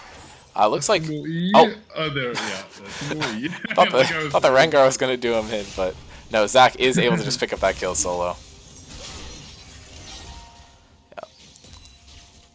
Mike is looking for a play bot side. The counterplay is happening with the Rift Herald for the Bel'Veth. Rift Heralds are very good for Bel'Veth, as her enhanced form from the epic monsters on the top side of the map does give her Void Remora, which help her push the wave. But a fun ability, yeah. Everyone loves that ability. Exactly. It is picked up, and the form is enhanced. The Bel'Veth is just passing down to the mid lane, going to get some coral, and we'll see what happens with it. Fight breaks out in the bot lane. Mike is able to pick up 1 kill, and Healy flashes to survive. These 3 champions are likely not going to be able to chase into the jungle, because Caitlyn traps are a very big concern, especially when she does have a kill this early in the game. Her damage is very significant. Yeah, that's the advantage of the early game is kind of like a canyon where it starts out strong. Yep. Alex was looking for the play, but cancels his movement, and Healy's able to pick up a double kill on the dive. Yumi detaches and is not much of a champion anymore, and Healy just pops the ult, immediately securing the kill for himself. Jonah gets trapped in the Lux binding and does eat an entire ult to the face, but he should be able to just walk out fine with half his health. Joel and Blake is a very tight situation here, and Joel is able to pick up the solo kill. Insane play, and we got a glimpse of it, but there's a lot of coral stacking up in the bot lane, or a lot of Remora stacking up in the bot lane. Could be disasters for this tower. There is a play happening topside. Mike shows up, does not have the ultimate, flashes into the bush, but Poppy cancels the dash. I mean, yeah, Joel's just so comfortable on a champion. You saw with the dive, you see it with the anti-Rengar. It's just really, you know, it's really satisfying seeing someone who's very good at their champion. Just, you know, do well on it. Make those plays that, you gotta comfortable to do. Obviously, I was going in on Lux here. Never mind, he just walks away afterwards. This is a bit disgusting in the bot lane. Guys is struggling to do this wave. Voidor more quite strong, although is getting a bit of gold off of each one, and allowing her weave to build up for a push, while nobody's going to match her. Yeah, and Joel is just going in again. Blake is able to hit the root, does not get shoved into the wall with the Poppy E, so it looks like this play is just going to fizzle out. Blake does have a whole wave, so it could be tough for Poppy to fight this off. Looks like Caitlyn is walking up towards mid. Could be able to get something done here. Gale Force is in and just auto attacks, and Healy deletes his own teammate who is subbing out to help the other team. No mercy among friends here. And drops the heart in chat. You love to see it. Yeah, Red Shark's letting out a lot of people this tournament. You know, having to actually play one of their own, it's a hard thing. You know, dumpstering your, in a player teammate, but it has to be done. It has to be done for the greater good. Yeah, Healy's playing really well this game. He has 4 kills at 12 minutes. Easily the strongest champion in the game. Let me double check the gold just to make sure. Actually, I have more. This Bel'Veth's champion is kind of absurd. I got a lot of tower plates. Just absolutely melting the turret. Yep. Looks like the dragon is just passed by. Looks like there's going to be another play mid. Jonah's a little out of position. Does get knocked up by the Bel'Veth. And Healy should have enough damage to finish off this kill. Ults for it, but the Bel'Veth E picks up the kill. I cannot describe how upset to me can be. This is your 3rd Bel'Veth game, Dean. Champion is like brainless. I don't know what you want.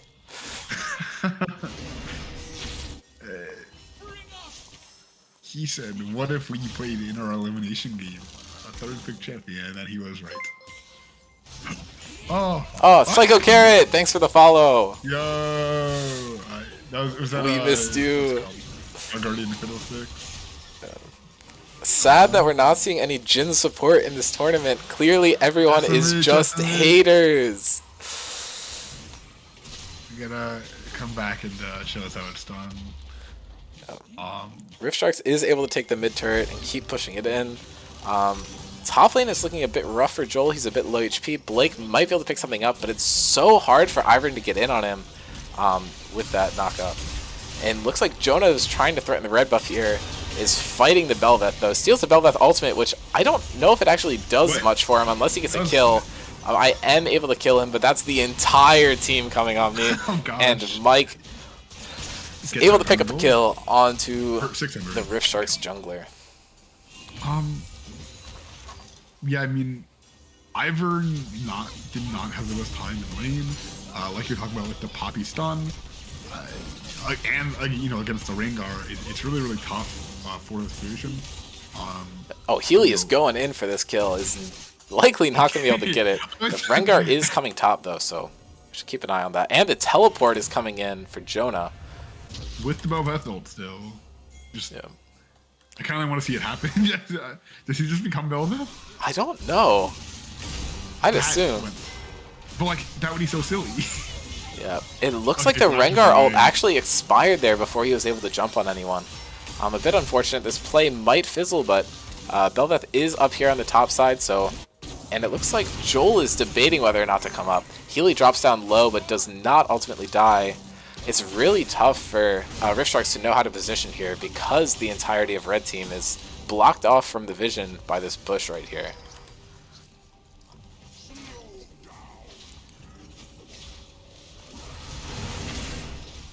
With Rengar being able to crit, that should just be a whole one gone. That's such crazy damage. I'm not actually sure at this point if it's more damage for Yuumi to hit the turret or to buff the AD of the champions. But I'm sure it's negligible either way. Alright, so we do have Karma picking up Shirelia's Battle Song here. Just to be able to get that Caitlyn in and out a lot faster, get the Bell of Death. Movement speed being one of the most important stats in the game. Yeah, I think the Poppy is actually the champion I like to look at the most for movement speed. It's very useful on her, being able to pin people to the wall a lot easier when she's running quickly. However, Healy and Joel are caught out in a pretty bad position here. Poppy able to knock 2 out of the way, does get knocked up herself by the Daisy, but Mike's about to hop into the Bel'Veth in the bush. Mike just gets popped. Yuumi is down low. Alex and Jonah are falling down low as well. Bel'Veth hits her ultimate form, and Healy's able to pick up a kill on Alex, and it continues to chase down Blake. Netflix just gave me an ad for Naruto, so I'm gonna close that real quick. Zach was able to cancel Jonah's back here. Jonah does get rooted and gets hit by the Lux ulti. Bel'Veth picks up another kill, and Taxi's in a bad spot here. Double kill for Bel'Veth, and Joel is fighting Blake on his own. Can probably just solo kill him here. Does not pin him to the wall, but it does not matter. Burns a flash, could not figure out which way to go. Looks like Dragon is not going to be up yet for another minute and a half. But this team does not necessarily need it. Really pretty early base pushes in these games. Yeah, I guess not the last one necessarily. I think you are incentivized to do that when game time is an important factor. Just another reminder that it does matter a lot for seeding. In these past 3 games, Mass Valorant Pirates, the winner of this game and the winner of the next game's seeding will be determined by their game time. Jonah is able to lower my health down enough for Mike to pick up a kill, and Zach is able to kill Alex with the Lux ultimate. And that is a shutdown on... Yep. This fight's a bit hard for Rift Sharks to play. They're surrounded on both sides by a Rengar Yuumi and an Ivern on the other side, which is exactly the combo of champions you don't want to deal with against this team. And Layla gets picked up first. Healy is trying his best to get out of here, but now Siles is here to round out the fight as well. Yeah, I mean, with the Poppy on the other side of the map, it really shows, what this comp is going for. And again, it's so hard with the blind pick. You can... I mean, I guess, potentially the Poppy was because of, Oh, and Zach's able to pick up another kill, deleting Jonah from the game. I think it was just irrelevant. I think, Joel is champion to the champion. But it's just really unfortunate with these kind of picks from new when you don't know what's coming. Yeah, I mean, it's definitely, if you're a one trick, you get your one trick every game, but the other team is able to kind of just counter pick it if you go for it. Right. So it introduces a fun level of mind games where if you think that the other team knows you might pick Rengar, you could pick a counter to the counter, but looks like they just went for the Rengar Ivern. It worked so well for them last game. They're trying to pick up another win this game, but it's not looking too good for them. Joel's able to separate Blake from the fight and try to get it down to a 1v1 as Bel'Veth picks up the 3rd Dragon for the Rift Sharks in under 20 minutes. Mike is just picking up a red buff here. Speed on really good for Caitlyn and for Bel'Veth here. Yes. Joel going in, looking for a play. Mike is able to just delete the Rift Sharks 80 carry. Alex is in a tough spot. It looks like Joel might die as well. So many shields in this fight, but it is going to go 2 kills in favor of the New York Nutbusters, and they could bring this back. I was saying that it's in a tough spot for them, but if you're able to get double shutdowns, things are looking good for you. And Layla walking into a brush, and Mike is just going to be able to delete her. Oh, okay. Yep. Yeah, I mean, the Rengar Yuumi is just so disgusting. With that increased movement speed, you can jump even further. Obviously you're... And the Yuumi ultimate with the Ivern should be able to pick up another kill for them. So that's 4 members of the Rift Sharks taken out by this Rengar, Ivern, Yuumi cluster of champions, and they might be able to pick up this Baron. Yeah, I mean, it's a really disgusting combo. I've played that on the Yuumi side a few times, and it just feels absolutely fantastic. Just leaping around from bush to bush, just even further than usual. It's a really disgusting combination. Obviously, even further greater by the Ivern. Oh, Lux goes for the steal. Was a bit far off. Unfortunately, does not get the AOC steal. And Mike ults for this play. We'll see if he's able to get it. Does not quite go for it, but he starts backing directly on top of a ward, gets snagged with the Q, and gets caught out. But it looks like Zac might be taking the L in this situation. Double knockup by Bel'Veth, pops the E, teleport coming in from Joel. Zac is able to pick up a kill, and the Yuumi falls before being able to reattach, and it looks like Blake is going to fall as well. The Bel'Veth ultimate getting the last hit on that. Yeah, it does basic health 3 damage, right? Yes. So for for low health targets, it just absolutely decimates your health bar. Oh, is it LDR second for Kai'Sa here? So for against the Hoppy, I guess. I think she Oh, Joel goes for a stun on Alex, does not quite catch him, so Alex is able to just walk out of this fight. But lots of aggression from the Poppy. 1v1 into the Hoppy one time, Kai'Sa decided that she did not want to experience that again and just built towards the LDR. Really demoralizing stuff as an ADC to just pump shot after auto into a tank. Oh, and Joel gets over the wall with the E, gets Mike really low, and is able to give the kill over to Layla. The jungler is eliminated. There's no objectives up for a while, though, so it's not a huge deal, except for the fact that he is the strongest member of their team. And now Zac's going in, gets a slow onto Jonah. Jonah goes in looking to trade this off, but just gets CC'd for so long. The Bel'Veth ult comes out, and they are looking to go into the base here. They do not have a wave, so it could be a tough play. There is a very long-range comp for Rift Sharks here, so very good for sieging, especially if Bel'Veth does have the enhanced form, but I do not believe I do at this point. Oh, and Zac, it's a nice lineup. Actually hits both the Yuumi and the Kai'Sa on that play. Rengar shows up trying to get something done, but is not actually able to get any kills there. This is a 4 for 0 so far on this play. Double kill for the Bel'Veth. Looking to run this play in. What is Healy? Takes another Void Coral. And Bel'Veth just walks up to the tower, autoing it. Healy is looking to get some damage done at range. The stolen Sylas Lux ultimate does a little bit, not quite enough. And I actually do die to the tower there, but the Rift Sharks are going to end this game in fashion. Healy walking into the fountain and dying. But the game is over at 23.5 minutes. Alright, it looks like the Bel'Veth was able to continue the win streak over the Ivern Rengar. Really good stuff from both teams. But the very experienced Bel'Veth was able to take advantage. You understand. Of the New York Nut Busters. And I believe that brings us to our last game of today. Yes, this is going to be the last game of the day. And unfortunately, New York Nut Busters, who is representing the ASPCA, is out, which means that there's no chance that the proceeds for this tournament are going to go to the ASPCA. But the good thing is, it does mean that the chances for the other 5 charities have slightly increased. You know what that means to me, Dean? It means that Rift Sharks hate animals. So except we also have a charity supporting animals. So yeah, you guys hate hate. Yeah, we hate land animals. yeah. You know what? Understandable. I guess we'll have to get rid of your dog, so I'm sorry. So true. But yeah, so it is updated. The next game is going to be Metabusters versus Andromeda. Again, this is the same kind of situation as the previous game. Whichever team wins is going to be in the single elimination bracket stage, and whichever team loses is going to be eliminated. As we can see here, the New York Nutbusters are out of the tournament. And just going to go over the possible charities that the proceeds could go to one more time before the stream ends.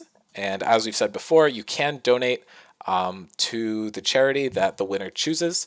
On our About page, there is a donation link. It has the Frostbite logo on it, and all of the subs that we receive today, tomorrow, and any donations we receive at the link until Sunday will go to the charity that the winner of the tournament picks. The remaining charities are Food Not Bombs, selected by Spectres. They give away excess food that would normally be thrown out to people in need. Vet Ranch, they strive to rescue animals that would otherwise be euthanized and keep them alive on a ranch. The Rift Sharks are supporting the Ocean Defenders Alliance, which focuses on cleaning up fishing debris left in the ocean and cleaning up the oceans in general to provide for a better life for sea creatures. The Meta Busters are supporting Brain and Behavior Foundation, which helps research mental illnesses to try and find either a cure or just ways to help treat it. And Andromeda is supporting St. Jude's, who looks to find research for kids with genetic conditions and I believe also other serious illnesses.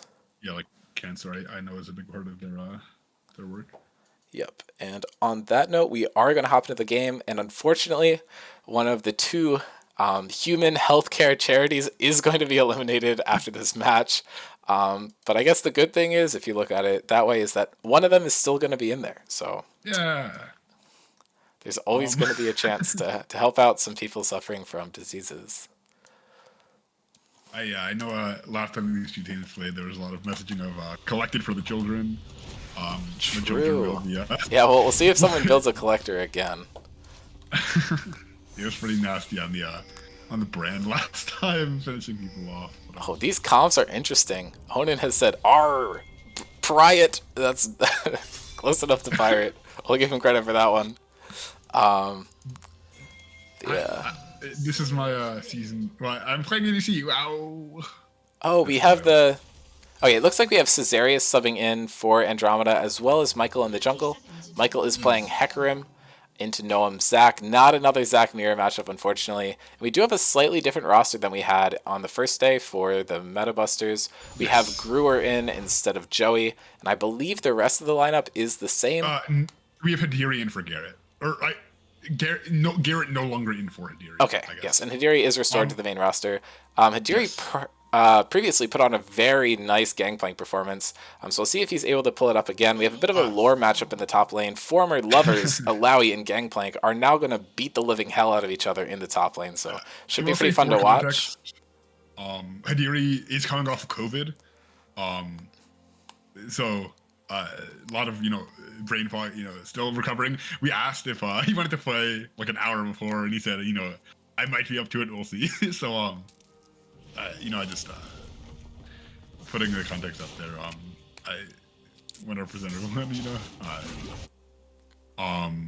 Gotcha. So anyway, bot lane matchup is, I don't know, this is a bit unconventional. I feel like you don't see Brand or Cho'Gath support super often.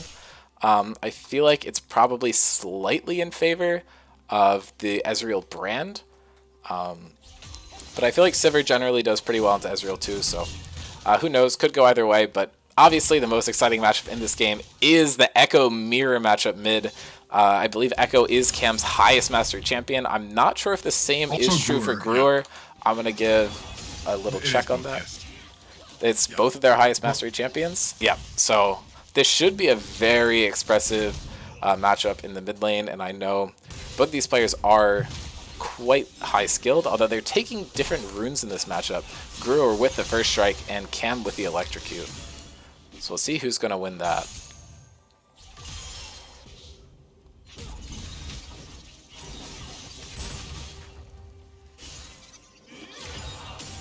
I don't know how much I'm supposed to talk for this game. I can just solo cast if you want.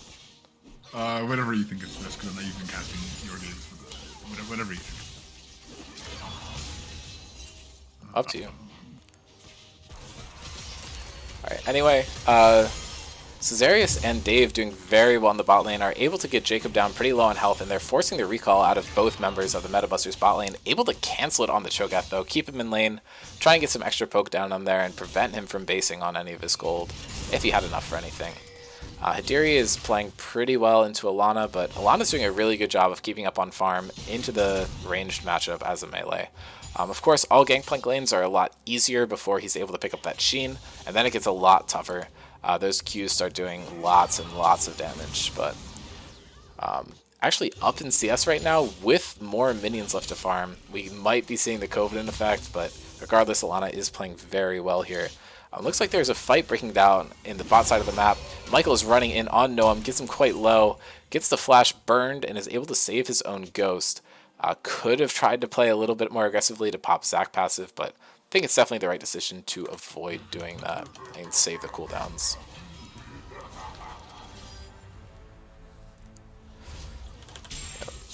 Mid lane, decent amount of trading. Looks like Cam is on the positive side of it.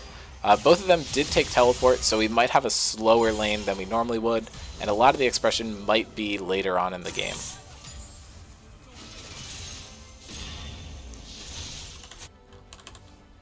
Noah might be looking for a play bot side here. It is tough for Caesarius and Dave to avoid this.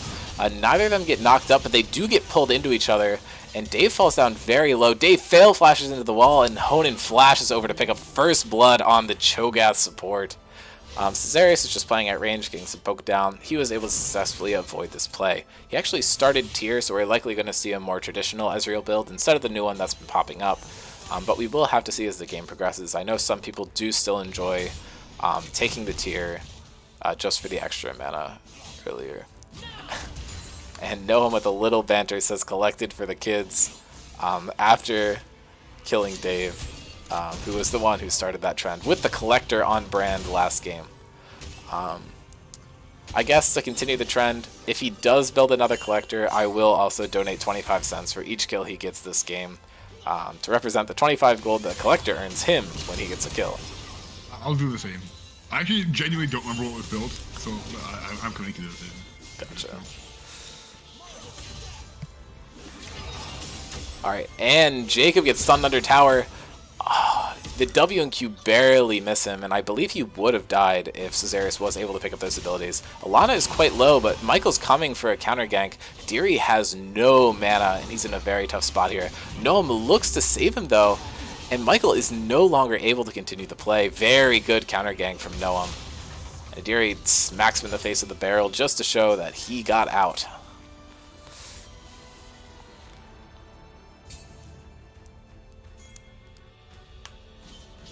Michael's hiding in the bush, but he's in a bad spot when Noam starts fighting him. Not sure he has the capability to get out here. Gruer is first on the roam for mid lane. But it looks like the play is just going to fizzle, and Noam is going to pick up that Rift Scuttler with the Smite.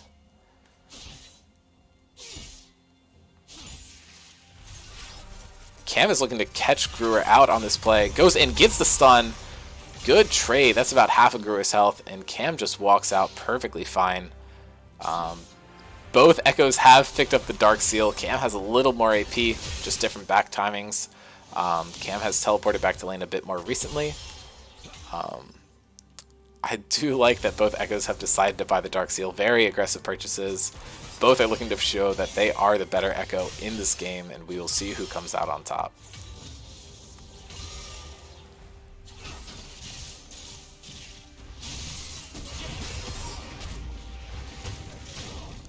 Looks like both Echoes actually have skilled their Q or their ultimates already. I know some Echoes do like to wait, but I think it matters less in lane. It's all about not knowing where the Echo is going to go back to, but as they're both very good Echo mains, they will likely just know where it's going to be anyway, so no point necessarily hiding it.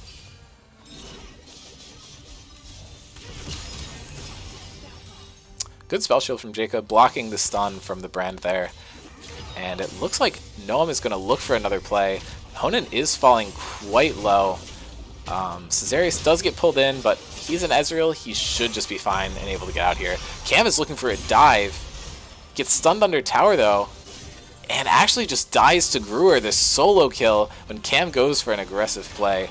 The tower shots are coming down onto the Andromeda bot lane, and Michael actually just dies to tower. That's 2 kills gone over, but Caesarius is able to finish off Honan on the Cho'Gath. But that is a 3-for-1 across the map. I'm happy with that one. I finally did it. I'm showing off the ADC.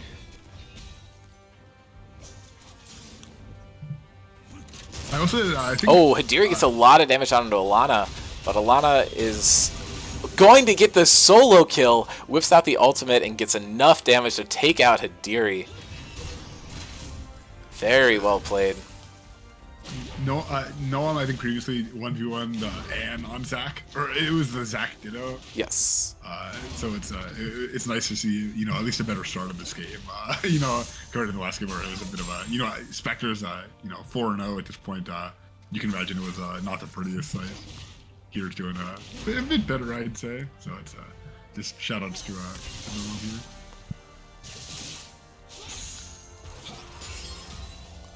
Yeah, so now Gruer's build is a lot better than Cam's. He actually has 2 stacks on the Darksteel, and he's looking for another play, and Noam's here to help make sure that happens. Cam's going to ult, but he's pretty much just back in the same spot. Gruer's able to pick up a stun, and Cam dies again to Gruer. Gruer showing some dominance on the Echo. Dave is looking for this play, forces the ult out of Gruer, and he might be able to just pick up the kill. We will see if that collector comes out, but could happen, could not. It's looking to get out the Zac passive, doesn't quite do it.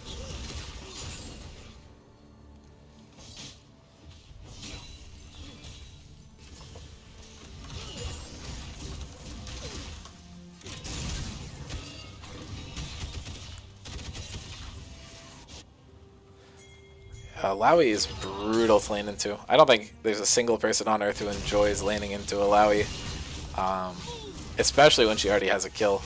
But there is a play breaking out mid lane. Jacob's able to spell shield some of it. Michael goes in with the E, but then immediately gets silenced, so it's super hard for him to follow up on it. Cam is able to pick up a kill onto Jacob. He's falling quite low, does not have his ulti available, so he needs to get out of there fast. Dave falls, and Cam is likely to follow up right after. Honan has the double buff, so it should help him out in this 1v1 versus the Ezreal, and that is 3 kills for 0 picked up for Meta Busters. Or actually, there were a couple of returned kills, they just respawned after. That would be my bad.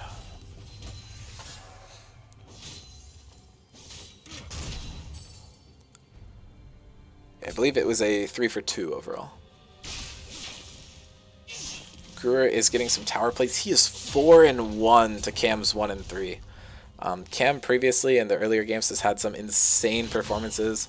The Fizz and Master Yi are the ones that are sticking out to me. He's played very well. Unfortunately not starting off as well, but Echo does do pretty well in the late game, so we could always see a bit of a comeback.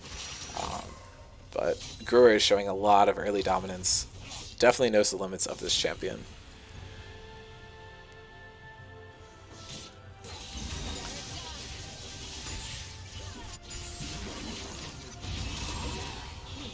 Right, Michael and Alana are picking up the early first Rift Herald. Should be able to get some extra gold for their team on that one. They're only down about 2,000 gold, so a good Rift Herald play could make up most of that. Caesarius is looking to go for an early Ravenous Hydra, although Dave just walks into a bush, face checks, huge Q by Honan to finish off the play.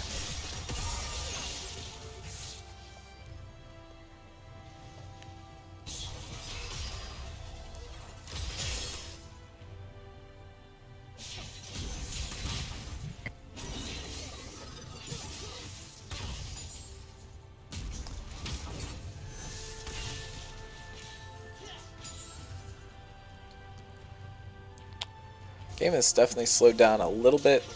About 13 kills in 12 minutes though, so it is still a pretty fast-paced game, as most of these has been. I think, as we said previously, it could be due to the fact that game time is a factor here, so all the teams kind of want to be bloody, but it's also just a very fun tournament, and it's just fun to fight, so not very surprising that we've seen a lot of that happening here.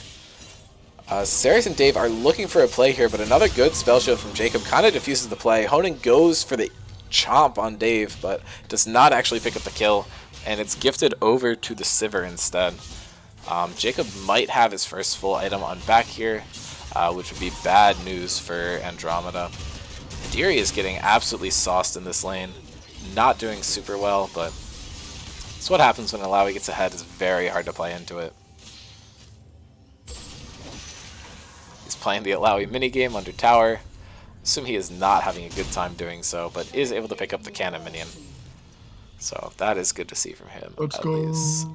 That's correct. Jacob is able to pick up the Kraken Slayer and a longsword heading into this lane, and that is going to spell disaster for Ezreal, who is not yet finished his Ravenous Hydra. It's possible he could get it on back, though, because he is not too far off of it in terms of gold.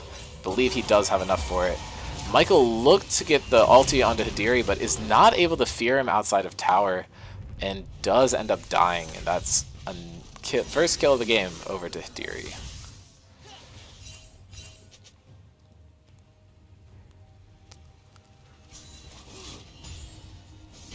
Yeah, the tough thing for Gangplank is, even if Michael had landed the fear going in the right direction, GP can always just eat an orange, and it's like it never happened. Hadiri has vision of Alana being here.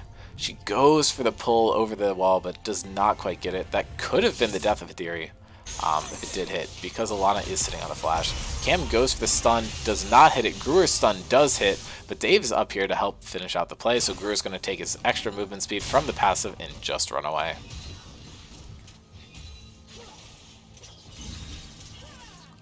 Tower plates are down, but it looks like the Metabusters bot lane might be able to pick up a tower here. However, Dave is on the flank, so this play could get quite risky.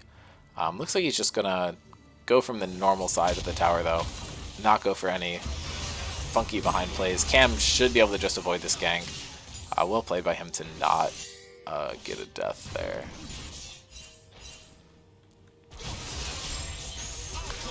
Although it looks like Gruer might be able to pick one there, at least forces the ult out of Cam, but is not able to get anything more. And Sivir, when she's ahead, does crazy amounts of damage. Alana's able to pick up the Gangplank's soul, and Michael goes over the wall and should be able to pick up a kill onto Hadiri. Hadiri has died twice this game. It's possible that Andromeda could look to force an advantage through the top side of the map. This is a do-or-die game for both of these teams, so I'm sure they might be feeling the pressure a little bit. We might not even see the Brand Collector come out if he thinks it is not the most optimal build. Huge flank TP coming from Gruer.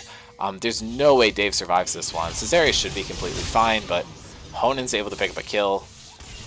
Probably not who you want it going on, but he is 4-1-5 Cho'Gath with Radiant Virtue, so extra gold means more health for him and the team in teamfights when he ults, so nothing to complain about. Support tech. You a fan of the Cho'Gath support tech? Yeah, I think it's good. I just like Radiant Virtue. I think it's a fun item. True. Yeah. And Alana is getting a lot of work done on the top side. The Demolish proc did not do as much damage as I thought it did, but could just be a build thing. She has the early Black Cleaver, is looking to scrap with Hadiri, but Gangplank gets quite strong as the game progresses, and he has 4 crit cloaks, so those passive autos are actually going to hurt a lot. Michael could look for a steal on this play, but it's going to be pretty tough. Dave is here to kind of back him up. Gets a lot of damage down into Honen, actually. Spreads the conflagration, or however you say that. Probably shouldn't attempt to pronounce that word even, but... and the kill is going to get picked up. The dragon is slain by the Metabusters. Michael attempts to ult in to steal it, but is a bit too late and is able to just get out scot-free. Never mind, he's pulled in by Noam, and that might be the end of him, but no, he can just pop Ghost and get out of there. However, Cam almost dies on the top side of the map. Hadiri is looking to pick up something here. Is not quite in range for anything, though. Splash is about to be up, but now Michael's going into this. Gruer goes, picks up the kill onto Cam. I believe he has gotten 3 or 4 kills onto the opposing Echo, showing his dominance in the matchup. Picks up another kill onto Alana, and Michael's in a bad spot here. Alawi is able to pick up a kill onto the Cho'Gath, though, so making something out of that play. Alana is playing very well this game. Dave may be able to pick up a kill here, but unfortunately he's not able to do it, and the Gangplank passive ticks. More damage over time than the Brand, I guess.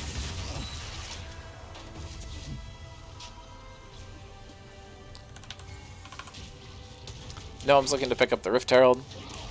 Second Rift does not get you plates, but they did buff it, so it should get a lot of damage onto the towers. We will see if he's able to make anything out of it. The next dragon is not going to be up for another 3.5 minutes, so nothing better to do in a slower map state like this. He's able to just pick up the Rift Herald and then should be able to just clear down through his camps. But it looks like Honan and Cam might fight. Honan just walks up and gobbles on a cannon minion. I do like the little crown that Radiant Virtue gives you when you ult. Very silly. And Jacob is looking to pick up a tower here. Is actually able to secure it. Gnome goes in, is able to get the knock up onto Cam. And Cam isn't able to ult to save himself because of the silence from Honan. Very well played. I think that was the second turret that back. I think I have a lot of gold right now. Yeah, Jacob is sitting on 1,800 gold, which should be enough for his Phantom Dancer. This game is looking a little bit doomed. It's a tough situation to come back when you're down 7,500 gold. Brewer is playing so well, has 16 stacks on the Medjai's. Noam does get taken down by Caesarius' Ezreal ultimate, doing pretty well. And Michael goes in, tries to pick up Noam, but unfortunately his Q comes down after the blobs have reformed, so it does a quarter of the damage it would otherwise. He's looking for a wraparound. He really wants to get the Zac, but the Elastic Slingshot is just going to take him out and get him to safety. And now Hidiri is just pushing in on the top side, looking to pick up a tower. Making good use of Gangplank passive to get the extra tower damage. His passive does apply onto towers.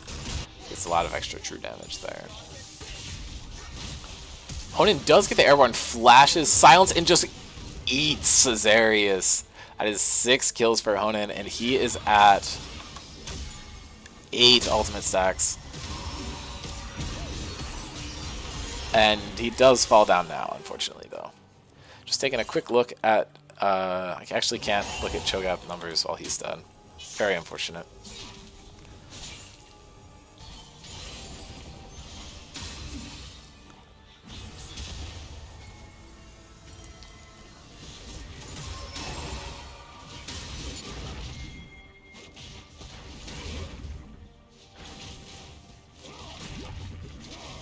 Unfortunately, Stanley was not able to play today, had something that he had to do.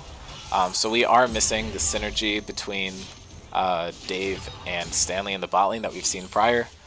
But we will get to see more of that during the regular season, so that is something that we can look forward to.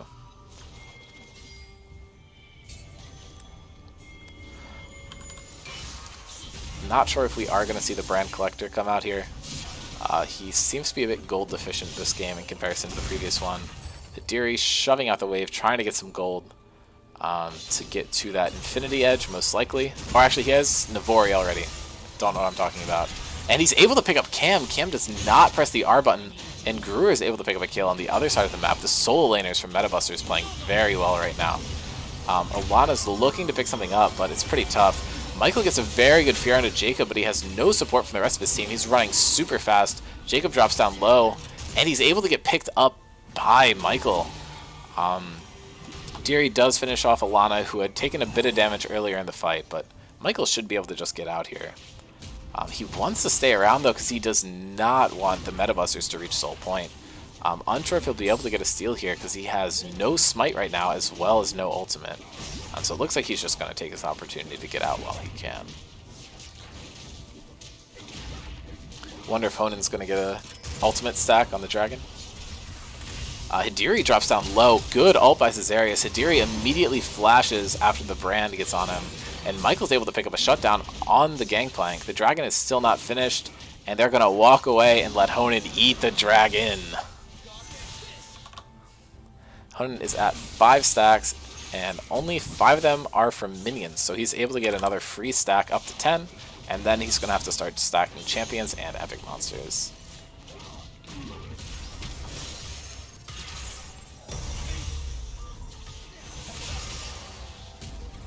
This Radiant Virtue is giving him his team 85 health. I guess every second? Or heal for 85 every 3 seconds. Still a lot. Very significant, and it's to your whole team, so very fun item. Big fan of Radiant Virtue, and I think it's very fun on these HP stacking champions where you just have a lot of health to give to the rest of your team. Gruer falls low. Cesarius ults this game have been so good. Gruer's ultimate is forced out. Cam still has his available, and he burns it. He's proto-belting, flashing after Gruer. Gruer's falling low. Cam tries to flash to get the Q to go through. I'm not sure if it works, but regardless, he's able to pick up the 1,000 gold shutdown and take 10 Magi stacks away from Gruer. Michael does get caught out there on the top side, was trying to get some vision around Dragon, I believe. And this should be a free Baron for the Meta Busters. Honan does not have the ultimate, so he's not sitting on it. He is just clearing out some vision, doing support things. Dave could be looking for a play, but the Dragon's just down before he can even get there. And Honan is in the bush, expects him to walk in, doesn't quite do it, but Noam should be able to snare him enough to get him another kill. Yeah, Gruer's almost at 4 items, has the majority of his Rabadon's death cap, but Cam gets caught out by Honan. Honan has been playing insane this game, and he just gets eaten. Honan with some emotes. He is a very happy Void creature. Big guy, very hungry, but has also eaten a lot of people. So, fun stuff for the Cho'Gath.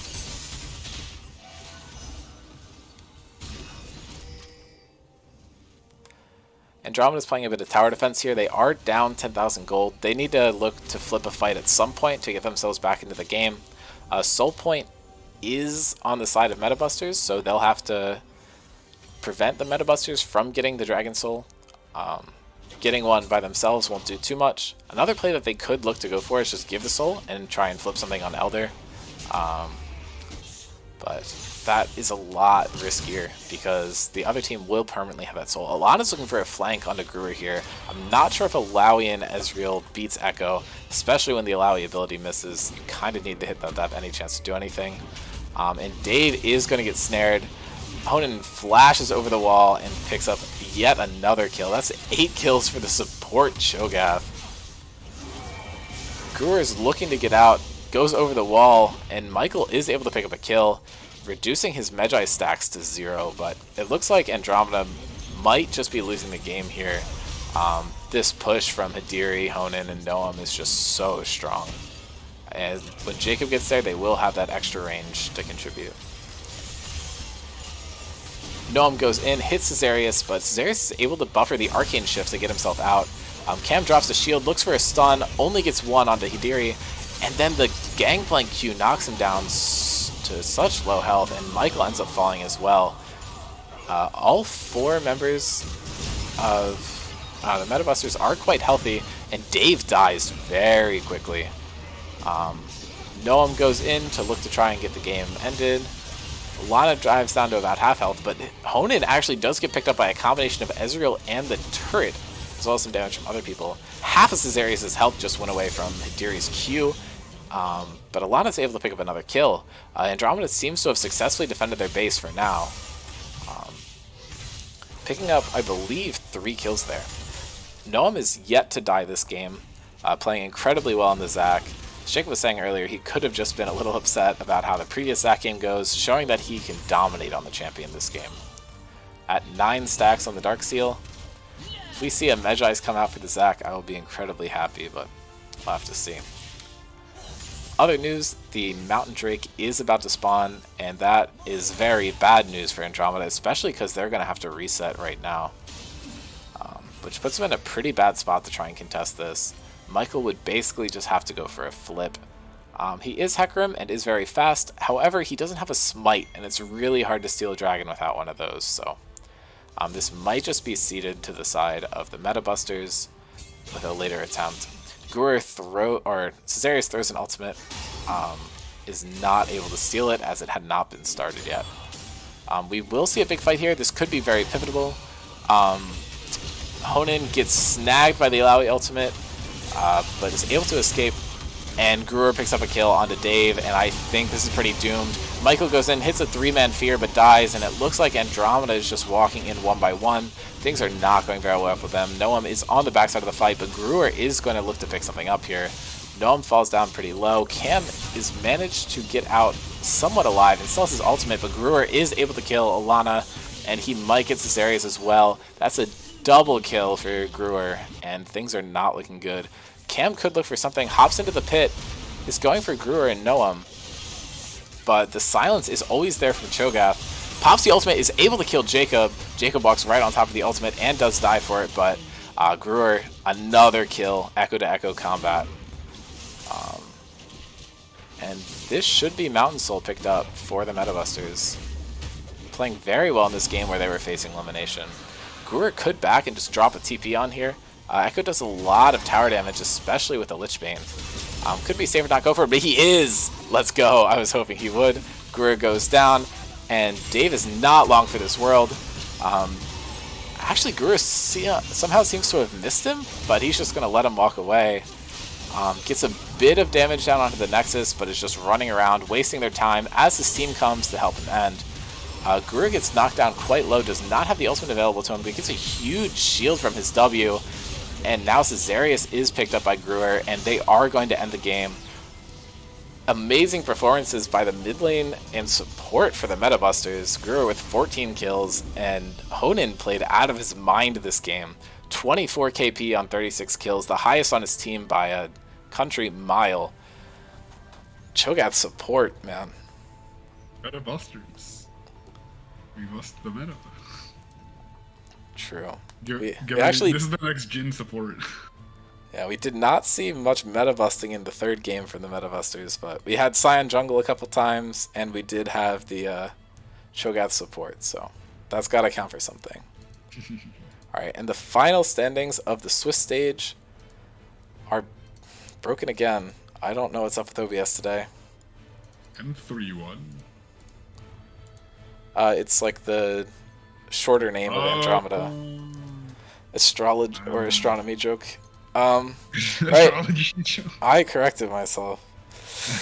Alright, and the final Swiss standings are 4 games to the Spectres, 2 games to the Mass Valorant Pirates, 2 games to the Rift Sharks and the Metabusters, and 1 game for the New York Nutbusters and Andromeda, who are both eliminated, which unfortunately means we will not be seeing any more of them for this tournament. And starting tomorrow, we will see the single elimination bracket stage of the tournament. I believe first seed goes over to Spectres because they have 4 wins, and then after the tiebreakers resolve, it is Masked Valorant Pirates in second. The Rift Sharks are in 4th, and the Metabusters are in 3rd. So the matchups that we will see starting tomorrow are going to be the Masked Valorant Pirates versus the Metabusters, and the Spectres versus the Rift Sharks. So let me see if I can't pull that up. Should be the initial bracket. If I can overwrite it and it will work.